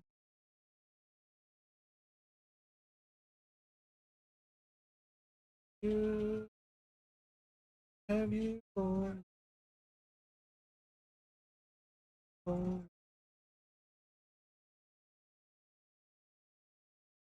again, never again. Look into the eyes that knew me through again. And finish a step, and we'll do Stream Raiders.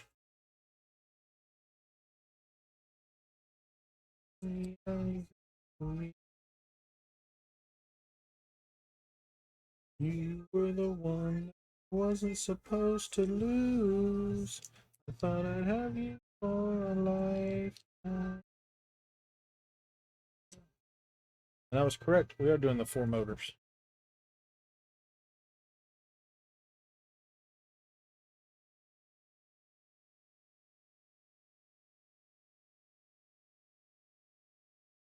Go get them. I will grab the stuff for the next step.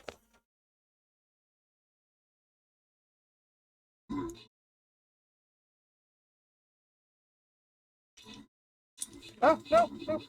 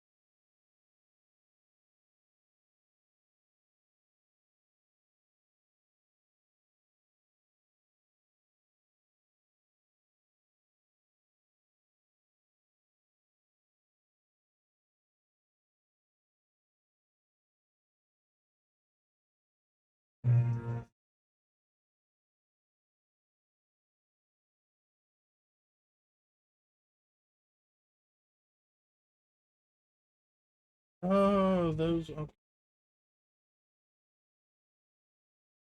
That's cool. Archer's first shot deals massive damage to regular enemies.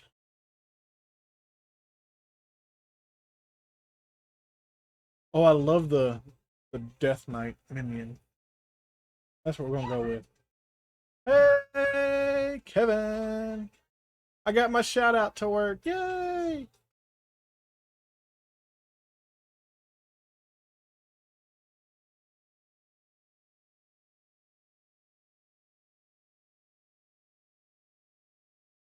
It says this farmer's been through the trenches just like me. They ain't fighting no battles, but they're plowing through fields in Farming Simulator 25. Says they're messing up a lot, but hell, that's how you learn. I seen worse in war. At least they're not getting shot at. Keep your head down and keep plowing, soldier. That's an order.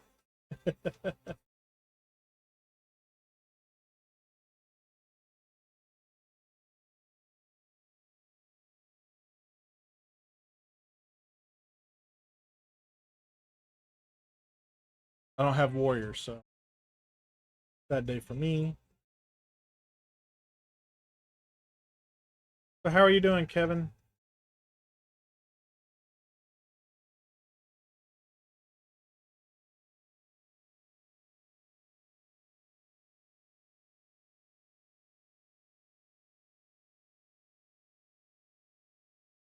All right, so I was wrong. These pieces are not going to be used for the nacelle on the engine. These pieces are actually going to be used for the external fuel tanks. The nacelles are already on the props, as you can see right here. This part right here is the nacelle.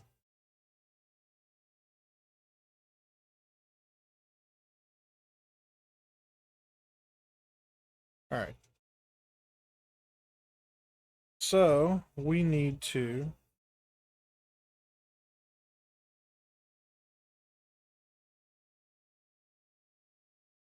put that there. Put that there. This is actually the bottom of the engine.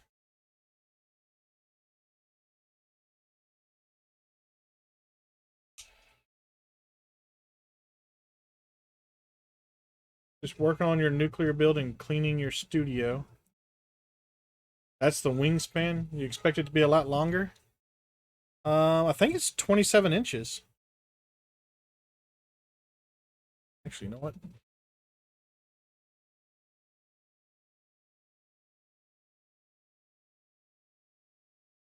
Almost 28 inches.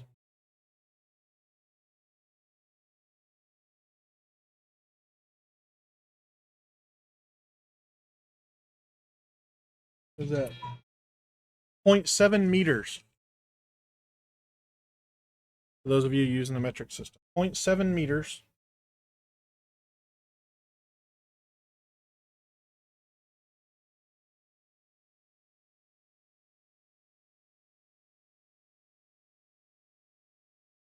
It's not.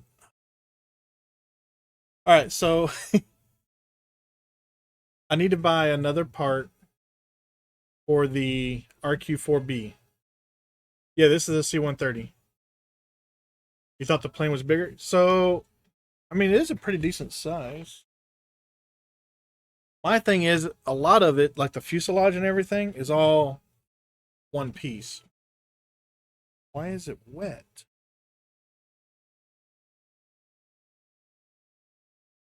Well, the wingspan's actually longer than the body. How long is the body?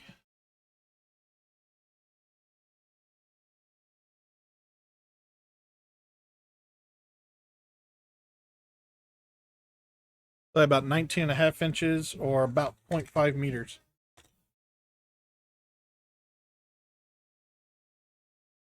So a half meter long and almost 3/4 of a meter wide.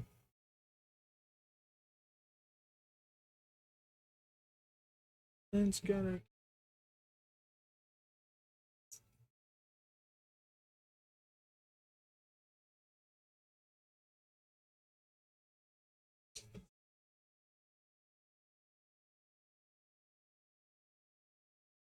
I did start. Yeah, I did start. Frame Raiders.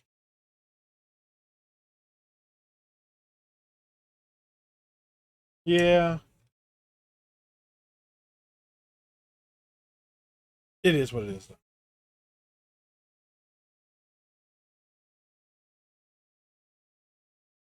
I like how I got to try and figure out where to put this.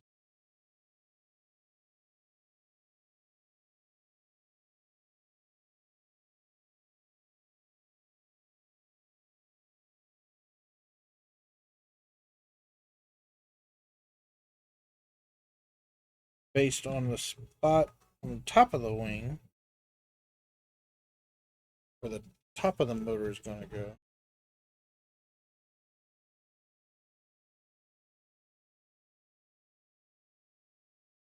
But this is what allows the C-130 to go places that a C-5 or a C-17 can't go. Because while, yes, it is a jet engine, it works differently than most of your jet engines, as in it has a smaller intake, so it's not sucking in all the dirt and rocks and everything from the ground.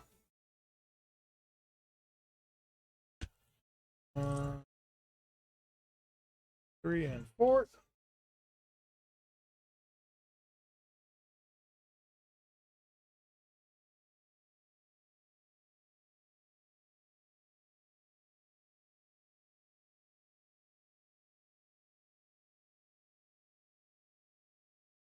If anybody ever tries to tell you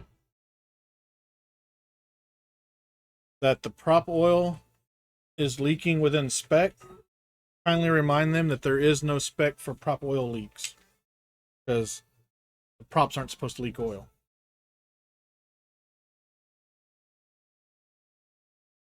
So yes, they're called turboprops, but the prop itself is driven by a jet engine. So the engine that is inside here that turns these props is still a jet engine. It's just a smaller jet engine. They are not turbofans like you would see on like a passenger liner or anything like that, where that's where it gets all of its power from, is from sucking in the air, heating it, expanding, right, creating an explosion, and then throwing the thrust out the back. That's how they get all their power. These do the similar thing, so there actually is a little bit of forward momentum from the thrust from these engines, but most of the forward thrust is from the props.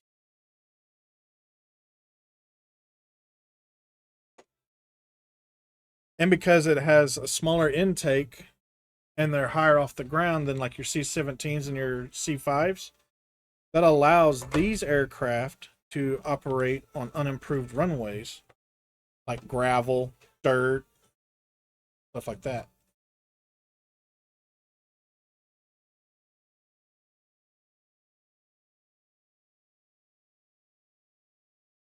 Which is one reason why this aircraft will never go away. So the C-17 was actually designed to replace the C-130. The problem is it's driven with turboprop. Jet, not get. They are a jet engine, but the jet is what drives a prop. Correct. So these jet engines actually run at 100% RPM the entire time that they are um, um, online running. There we go. So these jet engines are always running at 100% RPM. What changes the speed of the aircraft is the angle of the blade of the prop. So when the pilot goes and puts the throttle and pushes it up, it's not actually throttling up the engine itself because the engine's already at 100% RPM. What it's doing is it's changing the pitch of the props, and that's how it then bites more air and propels the aircraft forward. And that's one big advantage the C-130 has over turbofans and stuff, is as soon as you start pushing that throttle up and this pitch changes, you get instant speed. Whereas with a turbofan or something like that, when you push it forward, it's got to spool up. So you have that little bit of a delay between pushing the throttle forward and the aircraft starting to accelerate. With this, as soon as you start pushing that throttle forward and that pitch on that propeller changes, you start going forward.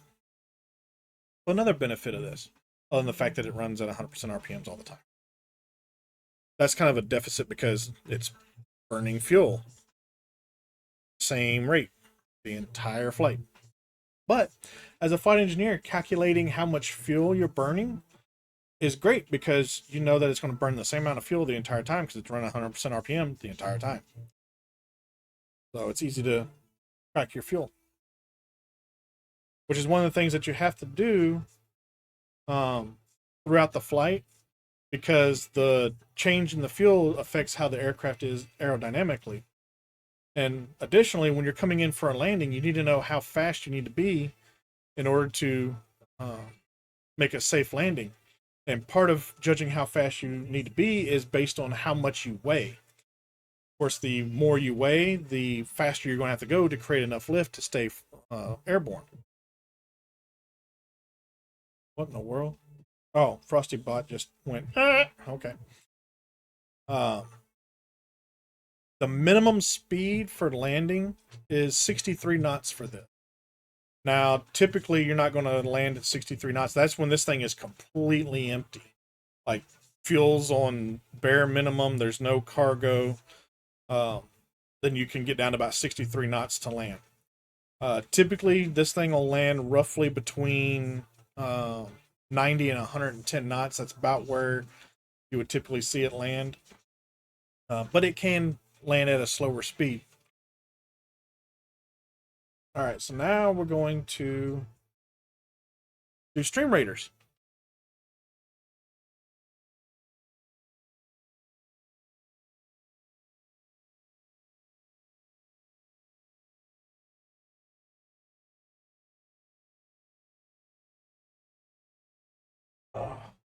Stay, don't fall.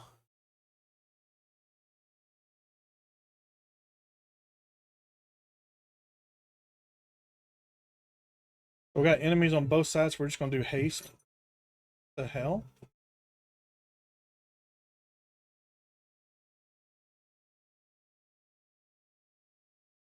Somehow I just bought a chest with crystals in the middle of a battle. I don't know.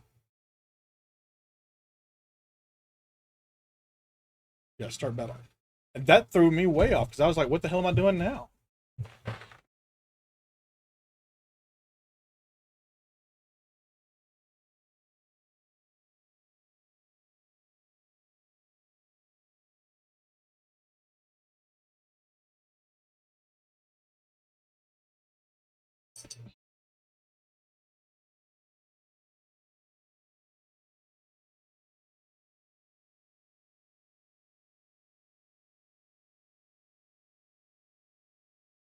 Marie.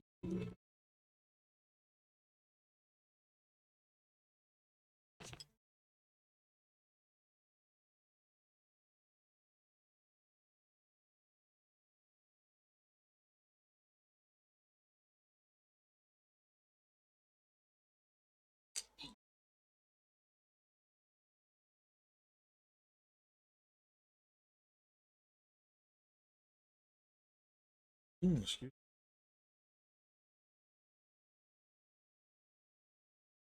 You are correct, Kevin. Short takeoff and landings.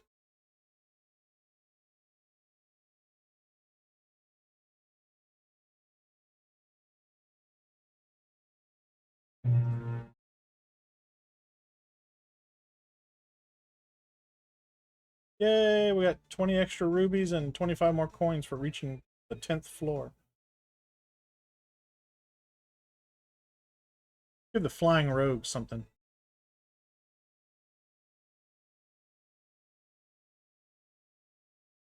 So the C-17, like I said earlier, was originally designed to take over for the C-130. It was supposed to replace the C-130. It can land on relatively short runways and take off on them as well, much like the C-130. The biggest difference is that the C-17 is a turbofan, so it saves fuel, more fuel efficient than the C-130, but because it is a turbofan, it can't run on unimproved runways, or it can't operate on unimproved runways.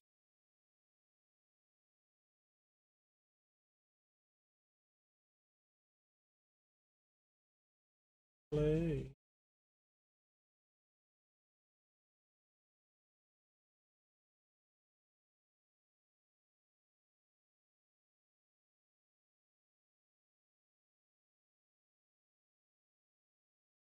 And the reason for that is because those turbofans, they'll suck up anything that's on the ground.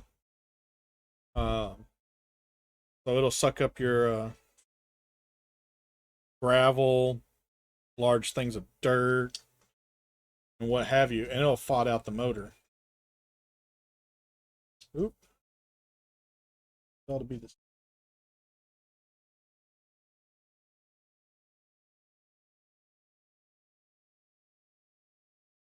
And of course, if you fought out the motor, it's no good.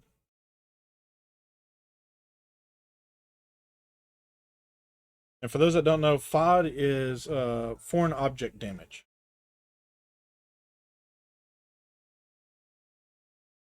Or in some cases, foreign object debris, depending upon your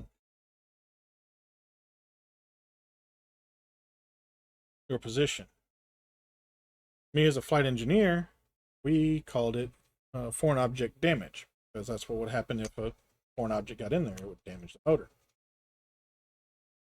The crew chiefs would call it foreign object debris, because they would want to go out there and pick up all the foreign object debris in order to make sure that it didn't destroy the motors.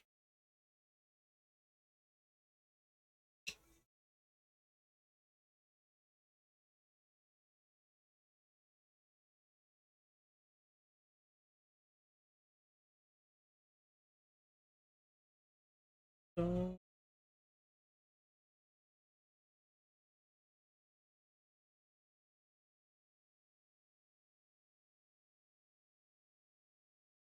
yeah, much like the A-10 Warthog, the military has attempted several times to get rid of the C-130, but it just keeps proving its value over and over and over again, to the point where they just can't get rid of it.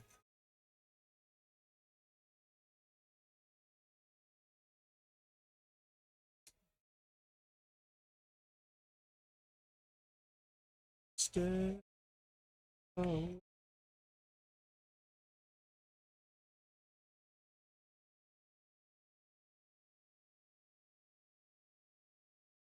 All right, we're putting these external fuel tanks, whoop, apparently in my lap.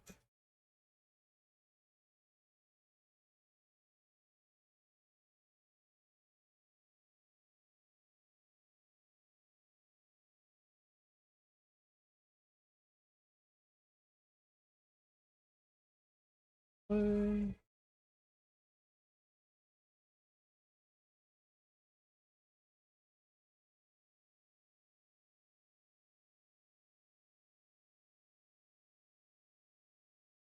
Either way, either spot it goes, it's going to be too close for the prop for my liking.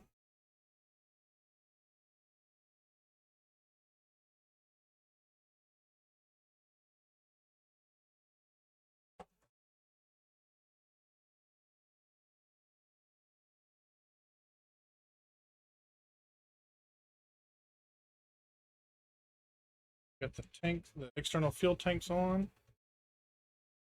Yeah.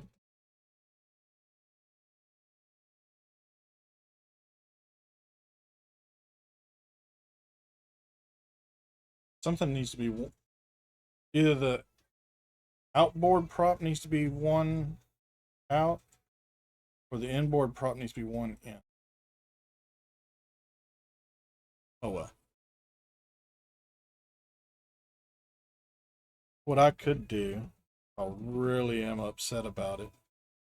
I can take this piece out, and take this piece out, move all these down one, and put this piece over here, move the outboard motor out one, and that would make it more to my liking. But whatever, I digress. All right, now we need to put the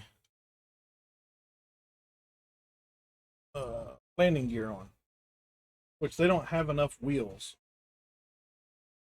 But whatever, it is what it is.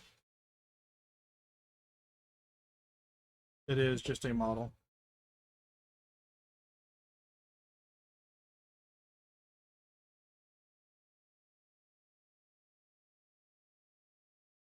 Oh, the Stream Raider. Speaking of, there it is.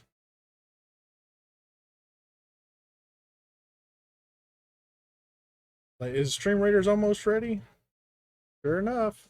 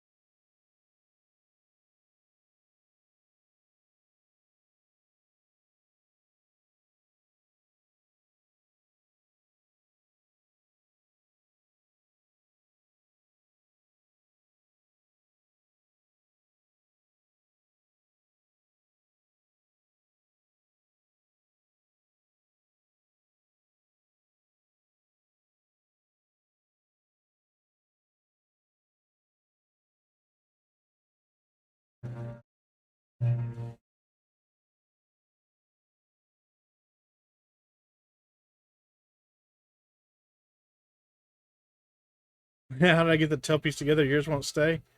I followed the instructions. Now, don't get me wrong. It did. It was a little wonky. I'll show you here in a minute. Barbarians execute a slash attack after they receive a hit that surpasses their damage threshold. Cooldown is 0.2 seconds. Their threshold is 7 damage plus 2 per tier.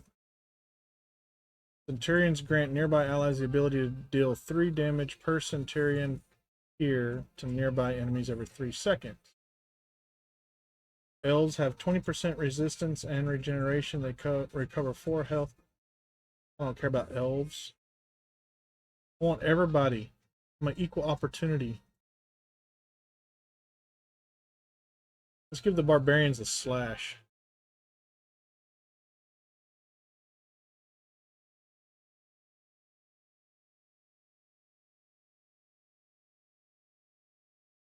The hardest part with the tail was getting the angle right.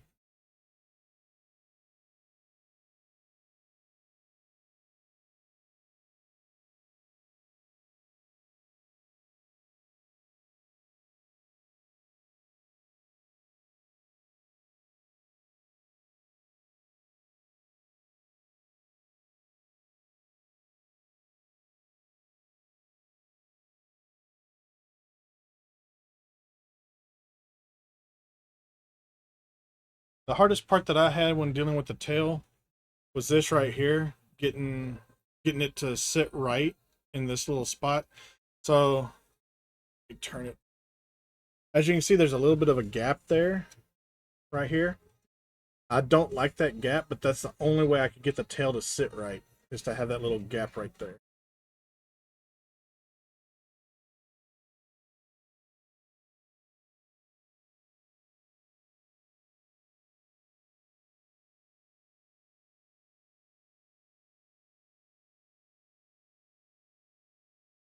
All right.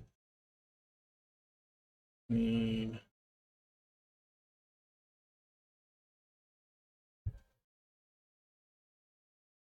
2 of those.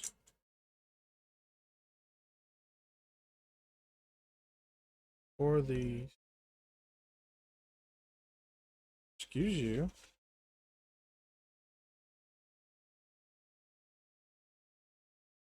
4 of these.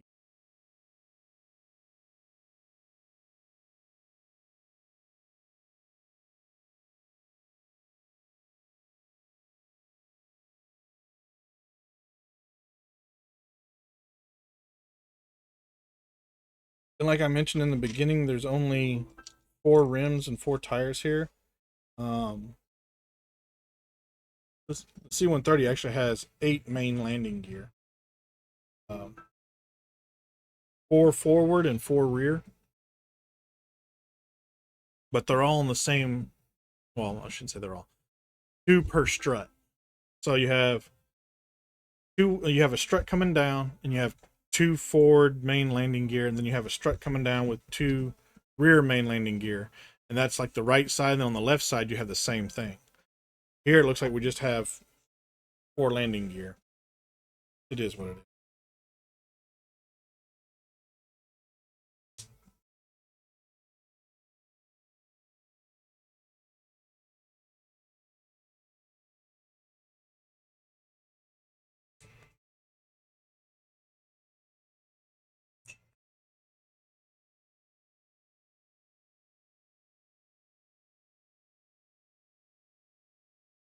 Let's get some off-road tires on here. Oh yeah, yeah, you need a lot of resources.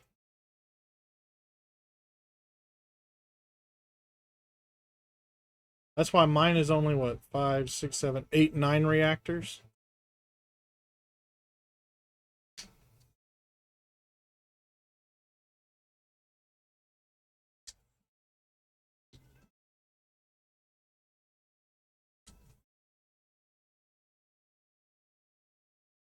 All that acid you need.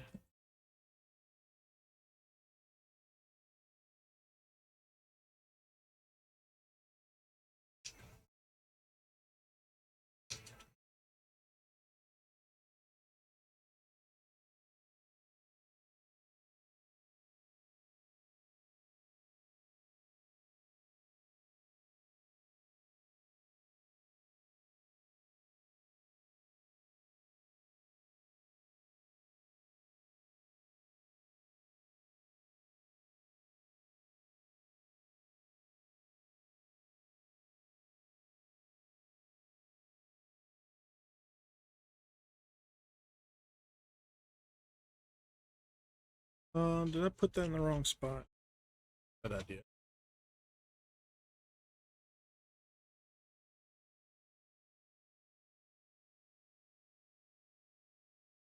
No, it's in the right spot.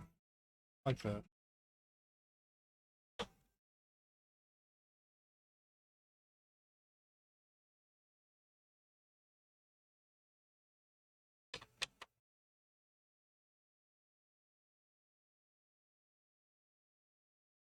Oh, okay.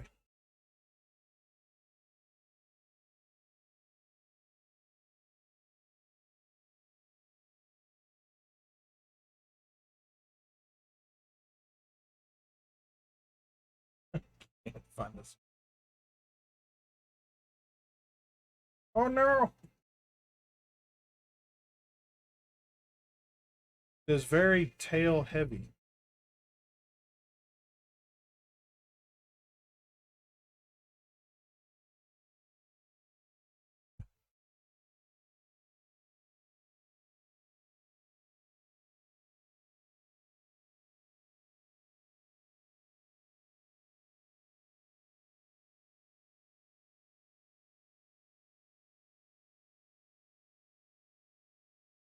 Oh,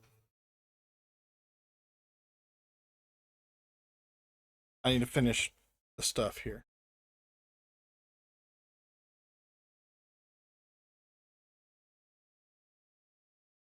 So,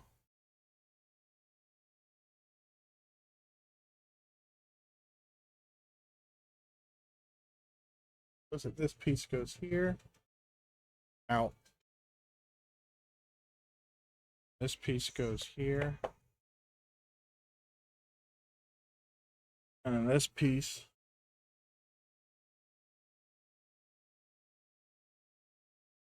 goes there because it is so tail heavy. That'll stop it from.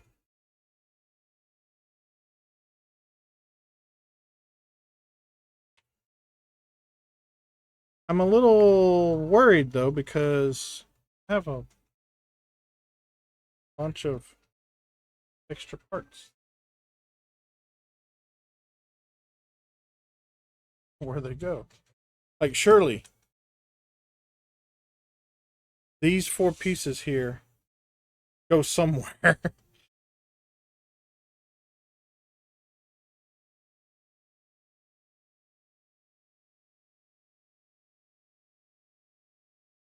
I've obviously missed them somewhere.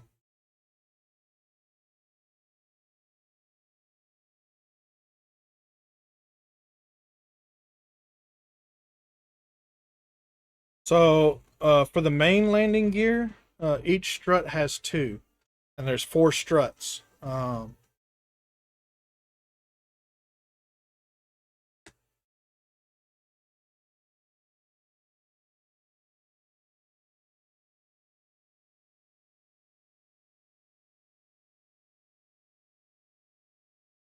Gotta find out where these four pieces go.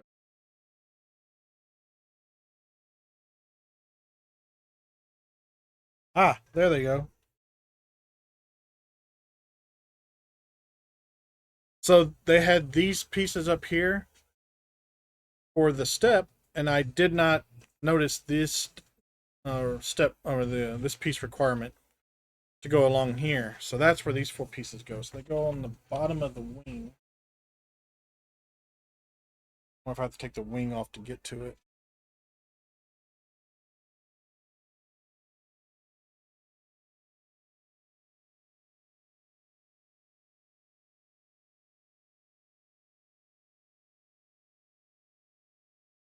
No, I don't.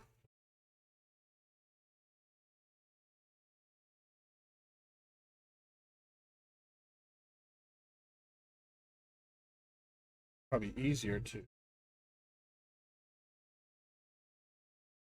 Yeah, but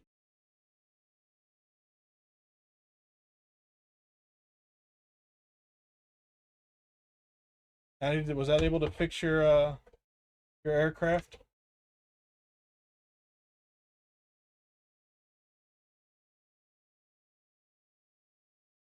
All right.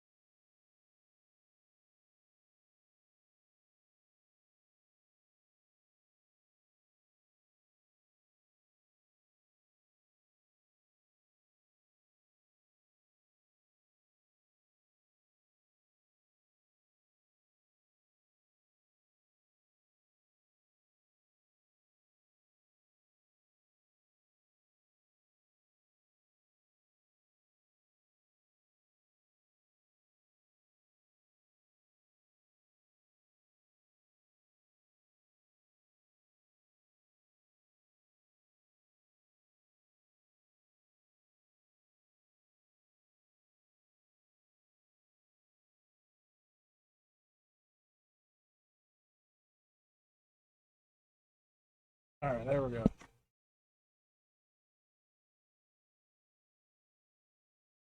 The Osprey. Oh my front landing gear.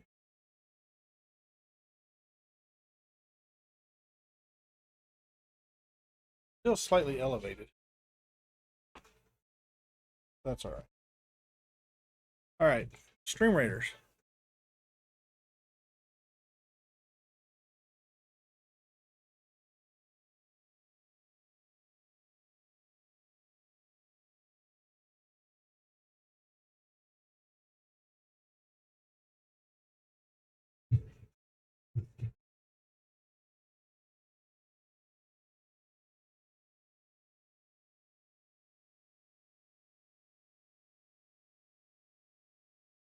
Oh, the little placard fits right underneath that front landing gear with the slight elevation.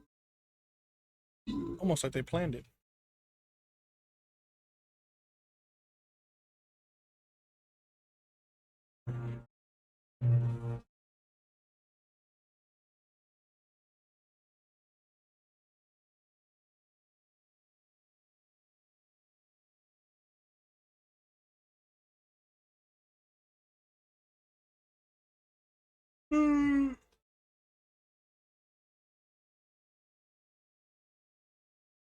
Oh, that's cool. We're gonna go with the vampires. They turn into a swarm when they have less than 10% health. They turn back to normal and fully heal after 30 seconds. That's cool.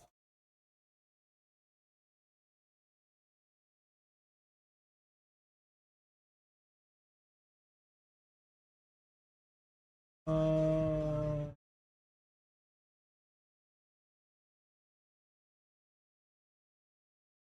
you're overclocking nuclear power plants? Are you crazy?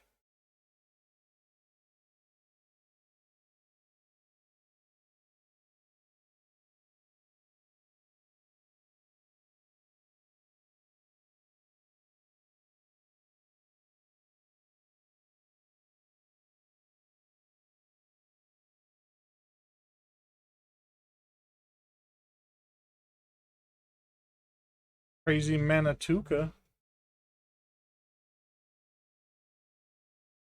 All right, here we are. The full build is complete. I said it's half meter long, 3/4 of a meter wingspan. For those of us in the US, that's 19.5 inches long and 27.5 inches wide. The wingspan, 27.5 inches. I do wish that you would build more of the fuselage so that this would be a little bit of a longer build. But all in all, I am happy with it. There was some things that I wish that COBI Bricks would do differently with their build here. Um, but that's all structural integrity stuff for me. So it is what it is. Personally, I would try to move this engine down one spot. So there is this one little piece here that you can remove and put on this side and move this down one. That way the external fuel tank would sit halfway between both motors. Instead of being so close to this prop. I don't like that, but again, that's just me. I flew on the aircraft. I'm familiar with the aircraft. So it irks me just a little bit that some of this stuff is not right. But it is a brick building model. So it can't be perfect. So it's pretty good though. I really like it. Next week though, we're gonna start on the PT-109 that the wife got me for Valentine's Day. Um, that one's gonna take a hot minute. No, no, let's not start on that one. And we're gonna do the Memphis Belle. Yeah, the Memphis Belle. We'll do the Memphis Belle next. So we do have about 30 minutes left. So I think what I'm going to do is I didn't find. So a game recently went on sale and people are talking about it. And I've had it in my inventory for a long time. I just decided to install it last night. And I started playing with it a little bit this morning before stream. I think I'm going to continue playing it just a little bit to try and get some better idea. Which one's the Memphis Belle? The Memphis Belle is the first B-17 to complete all 25 bombing runs over Germany during World War II in order to earn its trip home. So because the bombers had such a high mortality rate, they put a limit on them where if you successfully completed 25 bombing runs, then your crew and the plane can go home. And so the Memphis Belle was the first one to complete all 25 bombing runs. There was another one. I don't remember the name of it off the top of my head. I want to say it was Homesick Angel. Uh, was another one that completed its 25 missions. There is a movie called Memphis Belle. Okay, cool. Um, as I was saying though, this game is called Ranch Sim.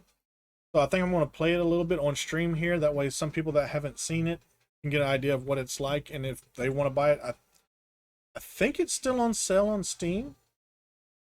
Let me double check. Yeah, it's currently on sale for $5. So what I'm going to do is I'm going to play it on stream so some people who haven't seen it. Yes, the B-17. The PT-109 boat. That's what boat got me for Valentine's Day. The reason PT-109 is so special is because that is the torpedo patrol boat that was captained by John F. Kennedy during World War II.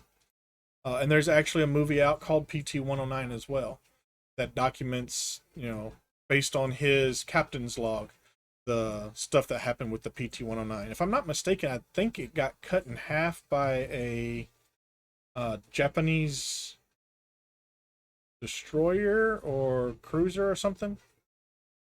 So, but that's the story behind the PT-109.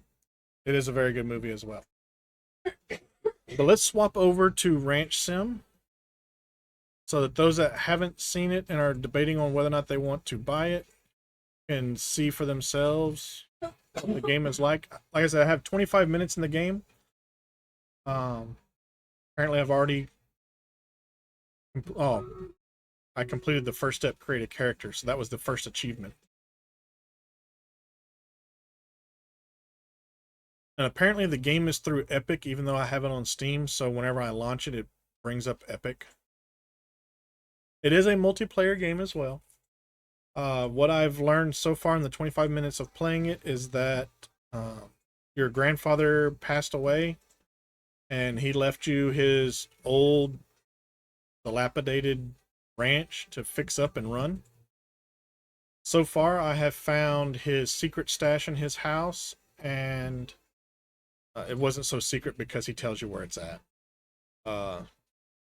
And he tells you to rebuild the UTV that's in the garage so you can use it for transportation. And I've done that.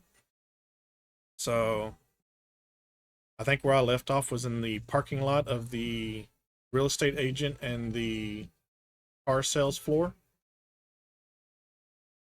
So we'll swap over. Medieval Dynasty meets Farm Sim. Probably.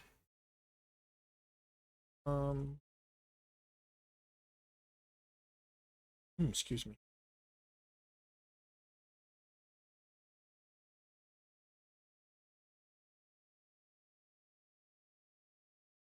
All right.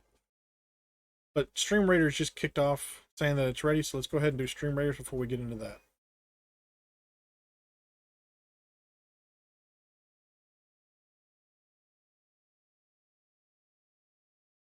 Oh, my brain just farted. Like, what am I doing? Oh yeah, I gotta put a spell down.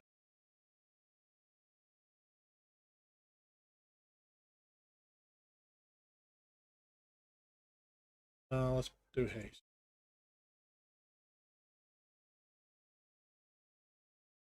I'm gonna go put my C-130 away so I can actually play the game.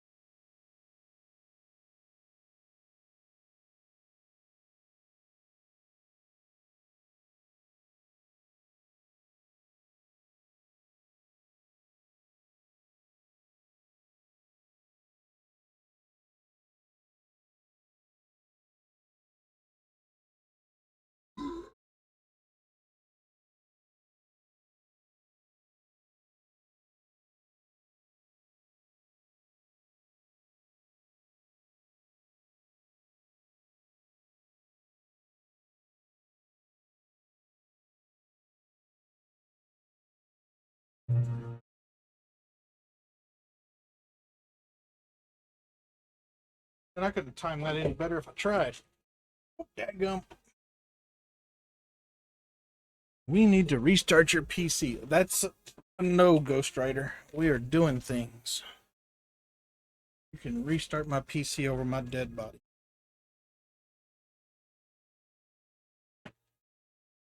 Oh, come on. All right.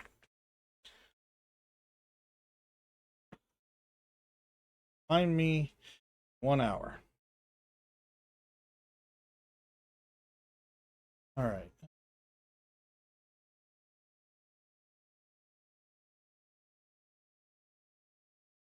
Let's go with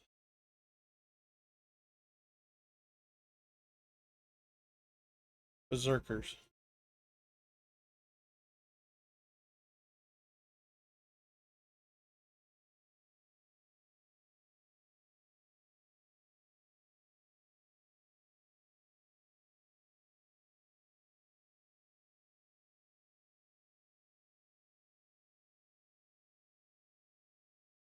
Brain just went. We heard this song earlier.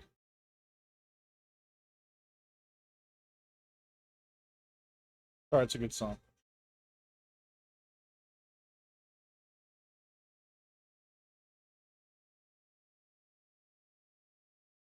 All right.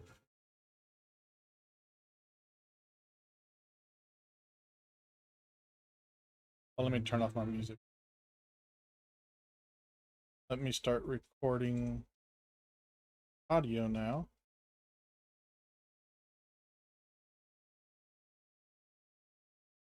So that the game audio will be. All right. So the first thing you do is when you first log in for the, you have exit options and customize character.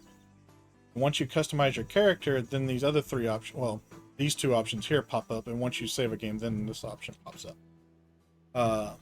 What I was not happy with when I first loaded up this game was it zooms in towards the barn, and your character marches and then does a left face to face you.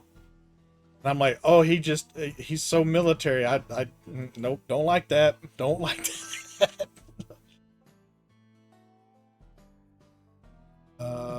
Load.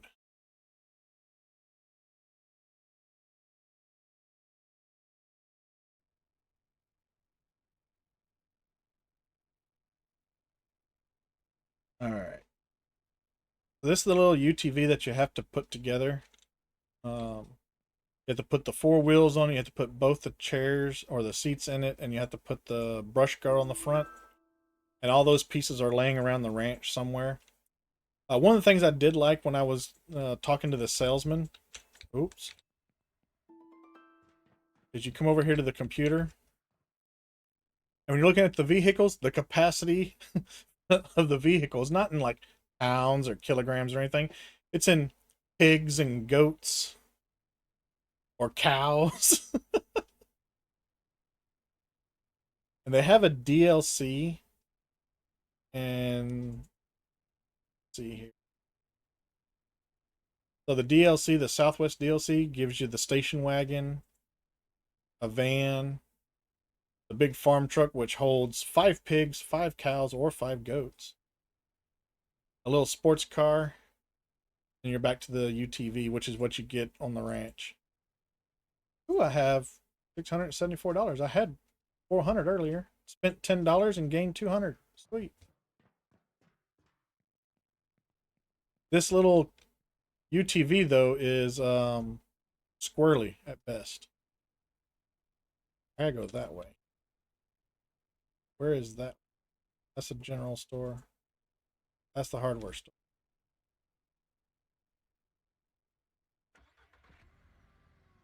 Turn it on. Whee! Oh God.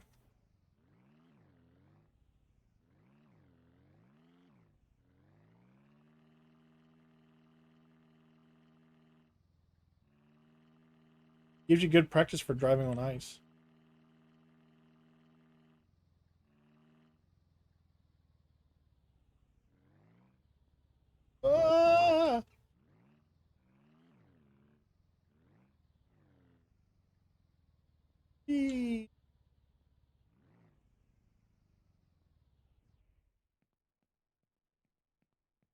Yeah, it definitely needs some weight.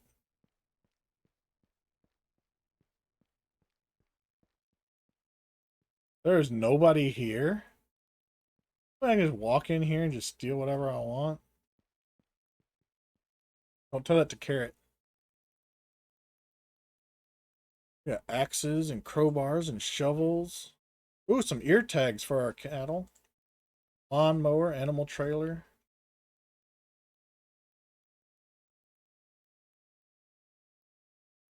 All stores have terminals through which you can make a purchase. Go to the terminal and press the action button to start. All right. Oh, I saw it pop up. What do I need? Axe, a crowbar, and a cheap table saw. Okay, so here's a crowbar. Axe.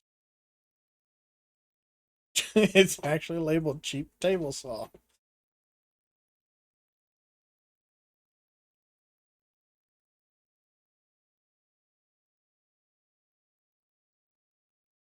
Hi. Oh, does my truck have to be out over there? So I can load it up. Ah! Oh! Jeez! Bear! Whoa! I'm out! I'm out! Let me go! Let me go! Let me go! Oh, he's chasing me!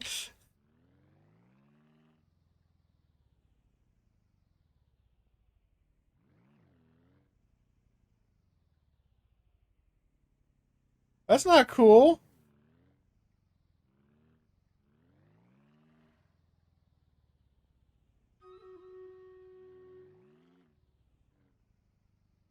Yeah, go back in the forest. Even that car's like, oh, I don't want to deal with that.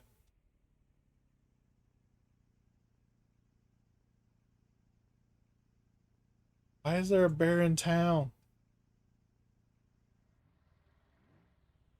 I would assume bears do some damage. Every other game I've ever played, bears are not a fun thing to tangle with. Yeah. How do I get into the... I gotta go by the bear, don't I? Oh, God.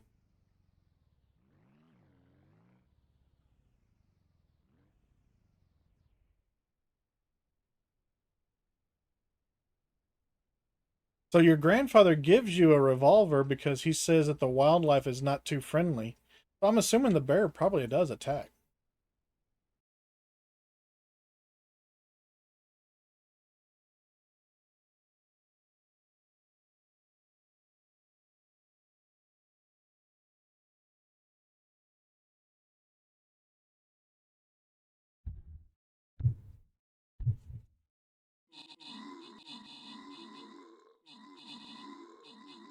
Where's my revolver? Hopefully on my person somewhere.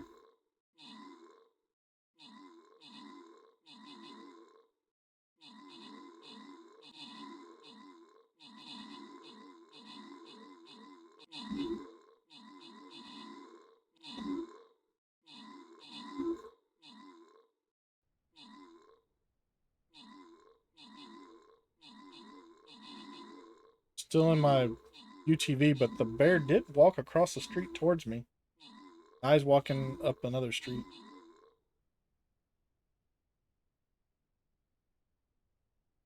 Now he's dancing on the guardrail.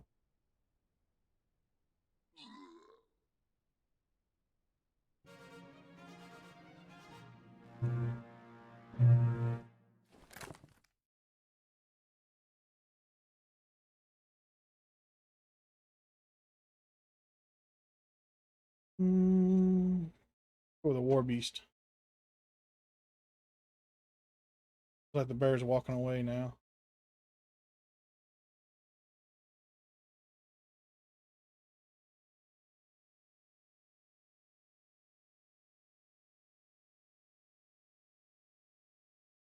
Lost track of him while I was doing Tomb Raiders.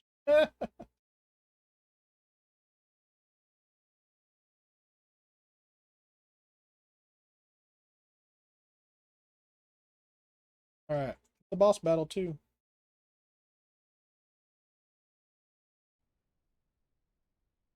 Oh, there he is. I found him. You go to the gas station and fill up your little car here with fuel. Yeah, fill up the little jerry can in the back. Oh, I gotta go this way. Okay.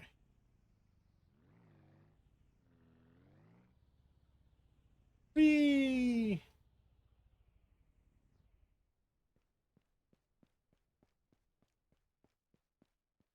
There's my cheap table saw over there. All right. Bye.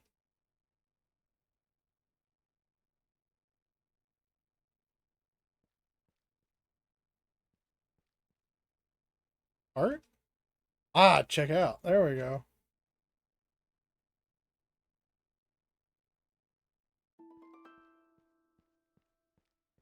I just threw it on the ground. Look, I parked my car here. You could at least put it in the car.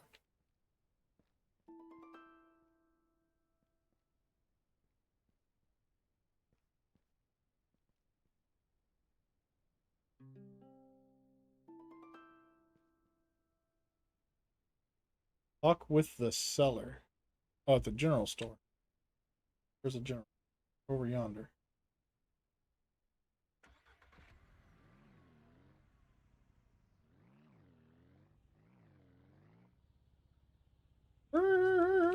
Wasn't even going that fast.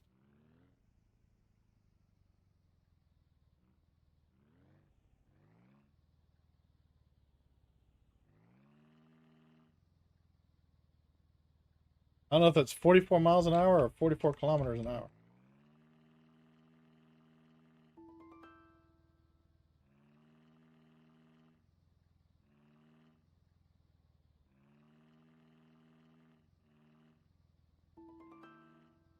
Crazy Tuca driver.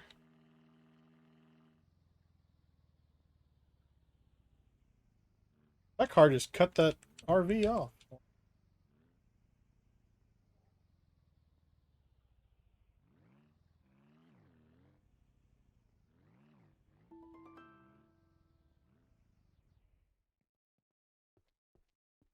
Oh, that's the sell area. Okay.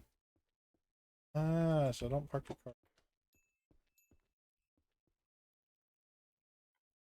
Welcome. To make a purchase, use the terminal in the next room. Purchased items will be outside. For more information on livestock, view the glossary. To sell items, place them in the area next to me and confirm the sale using the terminal.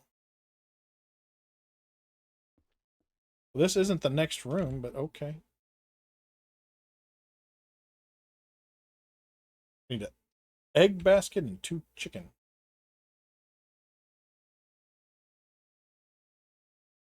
Fucking where my chickens are. I like the brown. 2 chickens, egg basket.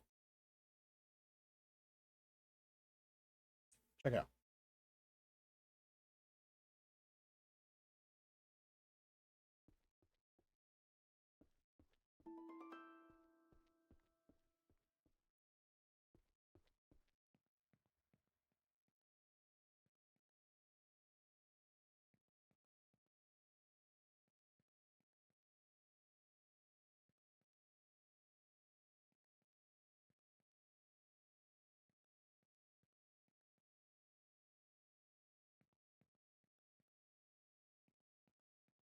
Oh, there they are.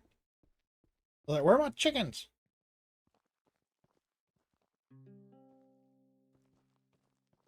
I just grabbed it by the neck. Oh, I can only grab one at a time? What? I got 2 hands. I can pick up 2 chickens.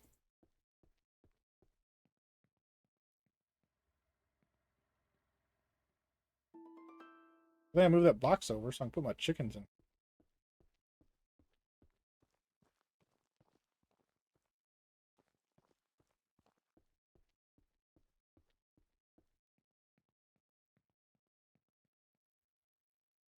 All right, chickens, y'all ready? Because this is going to be fun.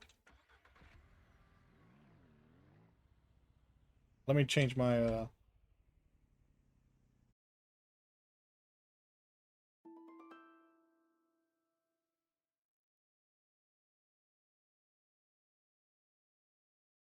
Now we're playing Ranch Sim.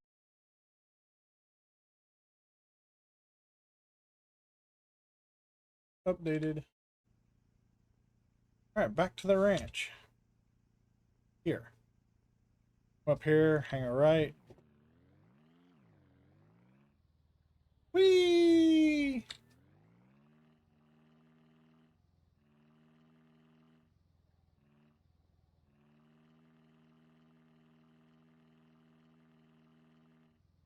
I need new tires. Maybe that's what it is.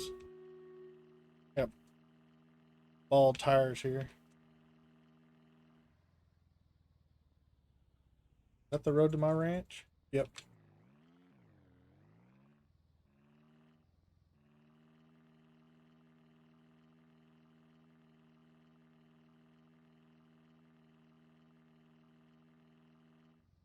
Yeah, when you start out back there in that this little building back here.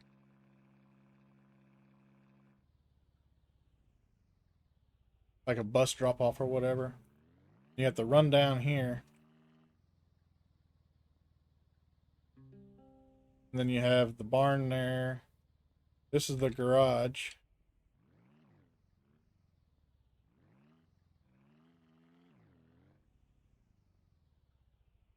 Chickens pulled out. Turn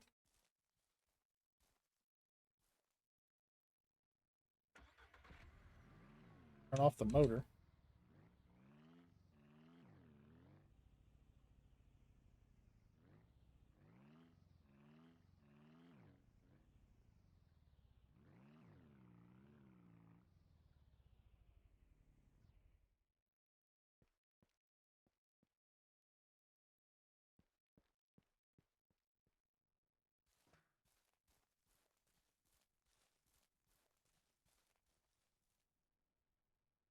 Fine bag of grain.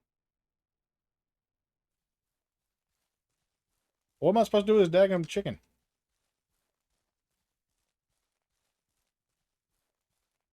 I'm guessing I'm supposed to put it over here since this is where the chicken goes. Or the food goes.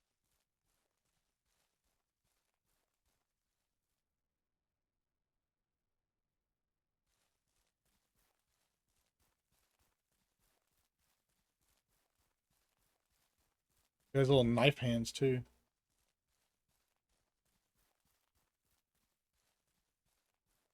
Barn's about to fall apart.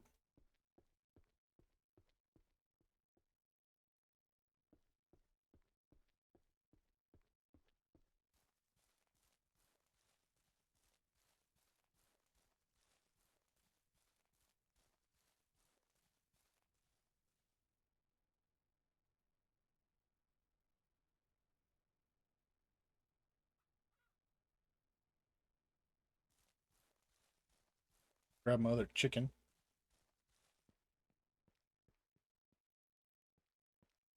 I ain't got no gate over there though, so how I guess I do have a gate.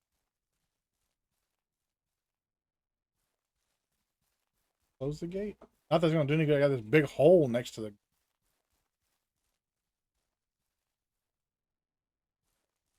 I can't even close the gate. My chickens could just wander off.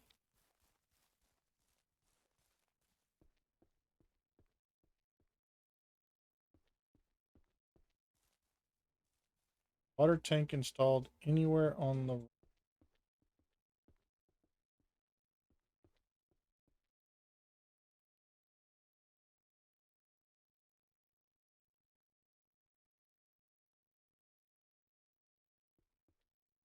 uh there.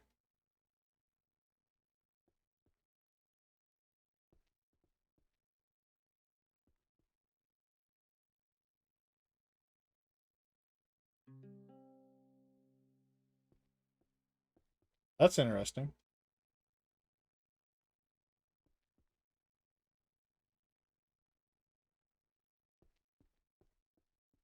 Small coop blueprint.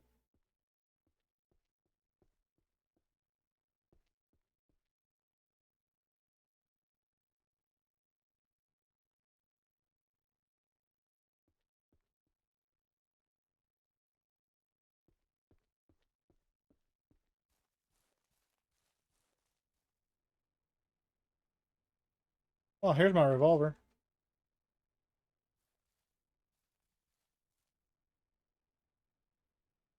Ain't even loaded. Wow.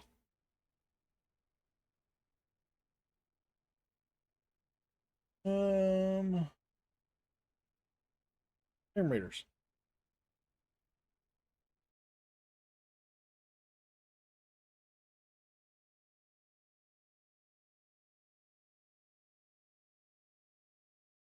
I hope it would help if I change this.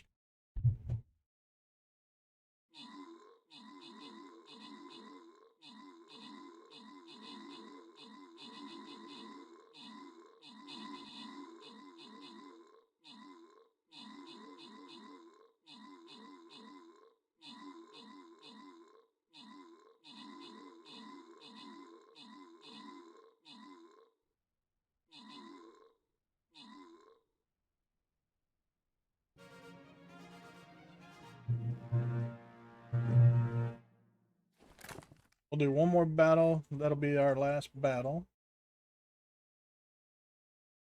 See how much more trouble we can get into. Let our shinobis get revived after a boss battle.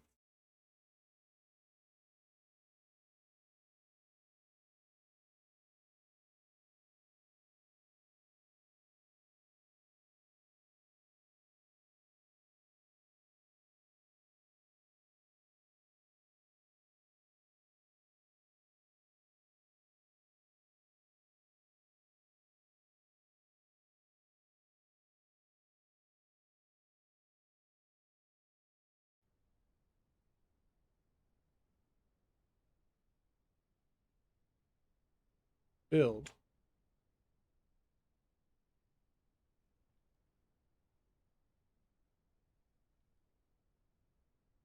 Aku.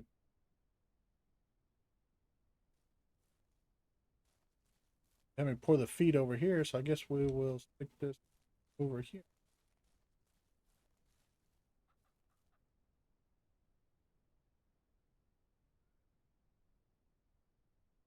All right, chop down trees and process logs in the sawmill.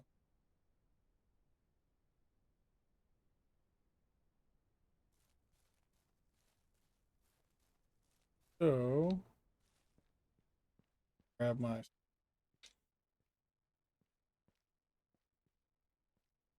Oh,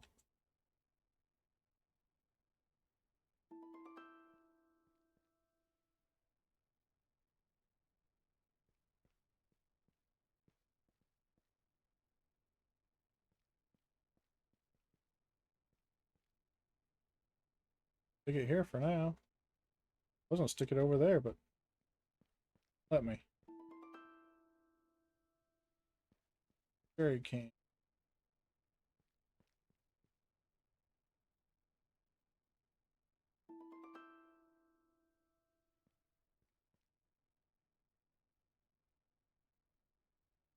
Oh, here we go.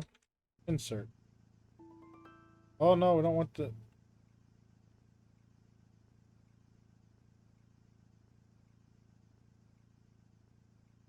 Turn off. There we go.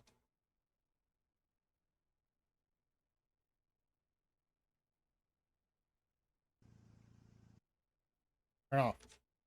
All right. Jerry can is installed.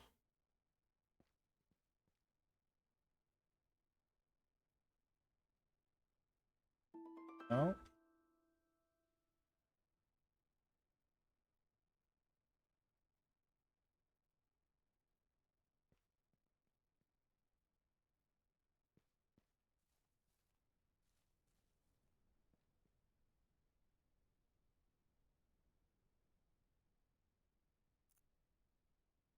Move trash.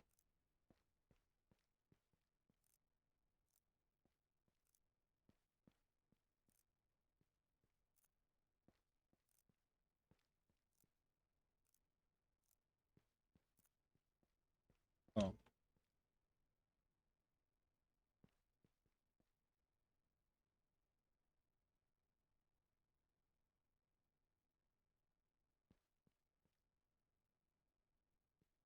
put this over here where I wanted it.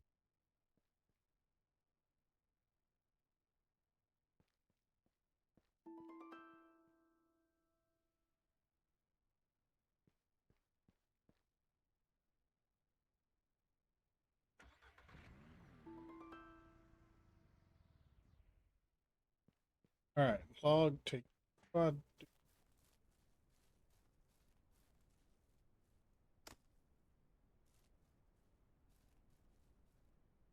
Really, I just walked up, hit it once, and the tree fell down.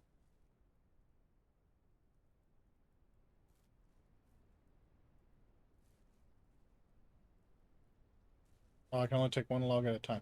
I can't put multiple logs in my pocket.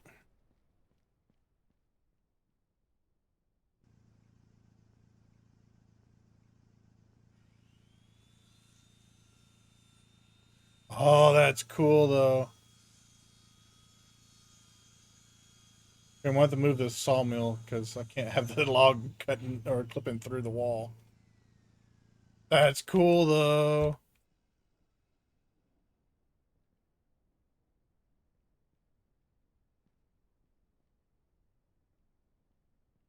Here, right here in the middle.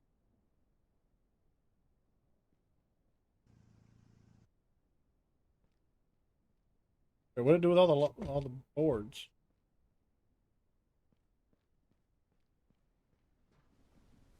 All the boards in my pocket?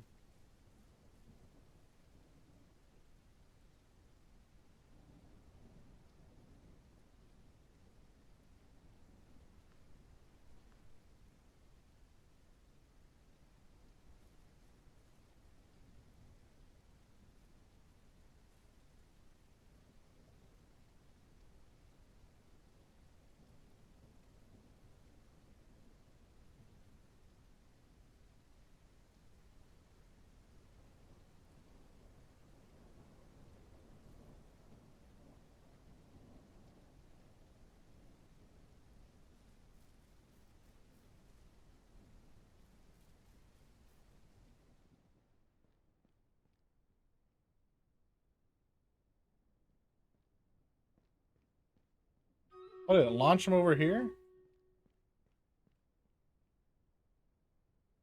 Oh my gosh. I got one plank from that log? You gotta be kidding me.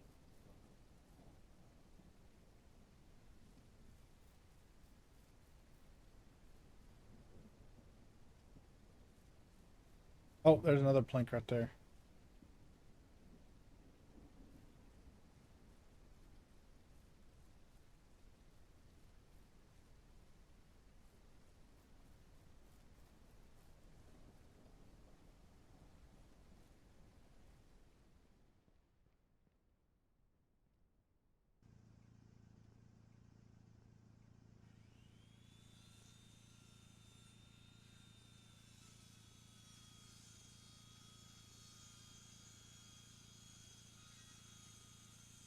That is kind of dark on the...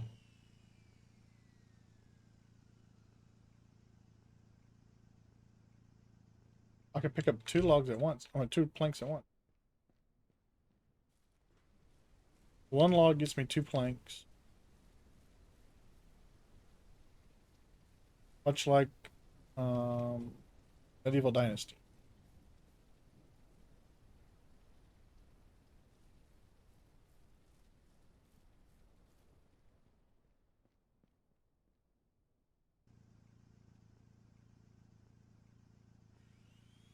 I gotta turn on the sawmill before I can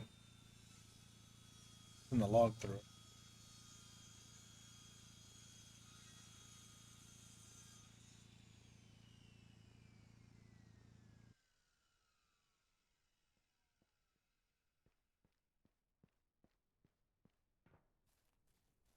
This is kind of interesting. I'll play it a little bit more, but let's do the stream raiders and then we'll raid out.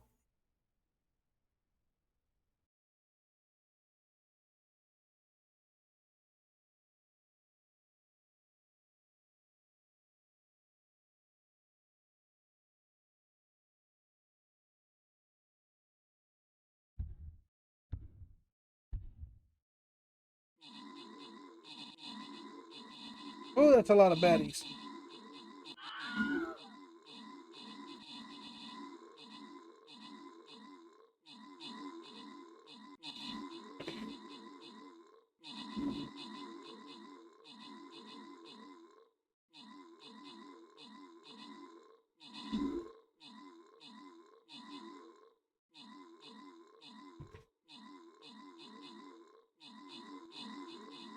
Taking him down though, or took him down.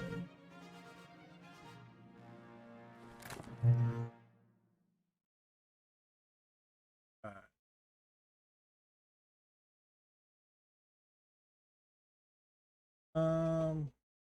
We'll go with the monk.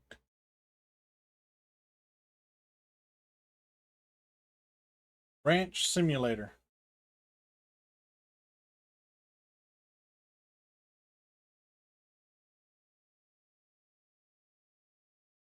All right, ladies and gentlemen. So we're gonna find somebody to raid out to. See who all is.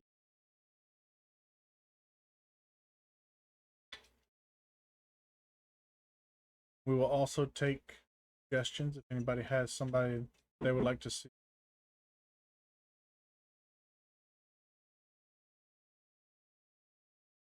On my list, I have Carrot.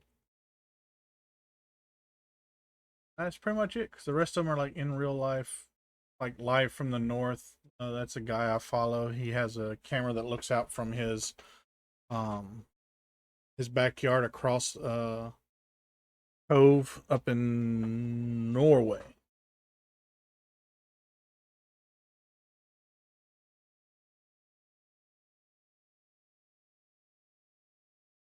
Like I said, right now it's on sale for $5. I think, I haven't rated Carrot in a while, so maybe I'll raid Carrot.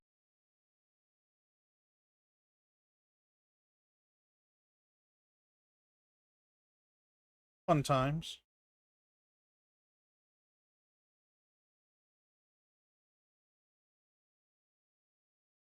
Normally I would raid GH316, but he's not on right now.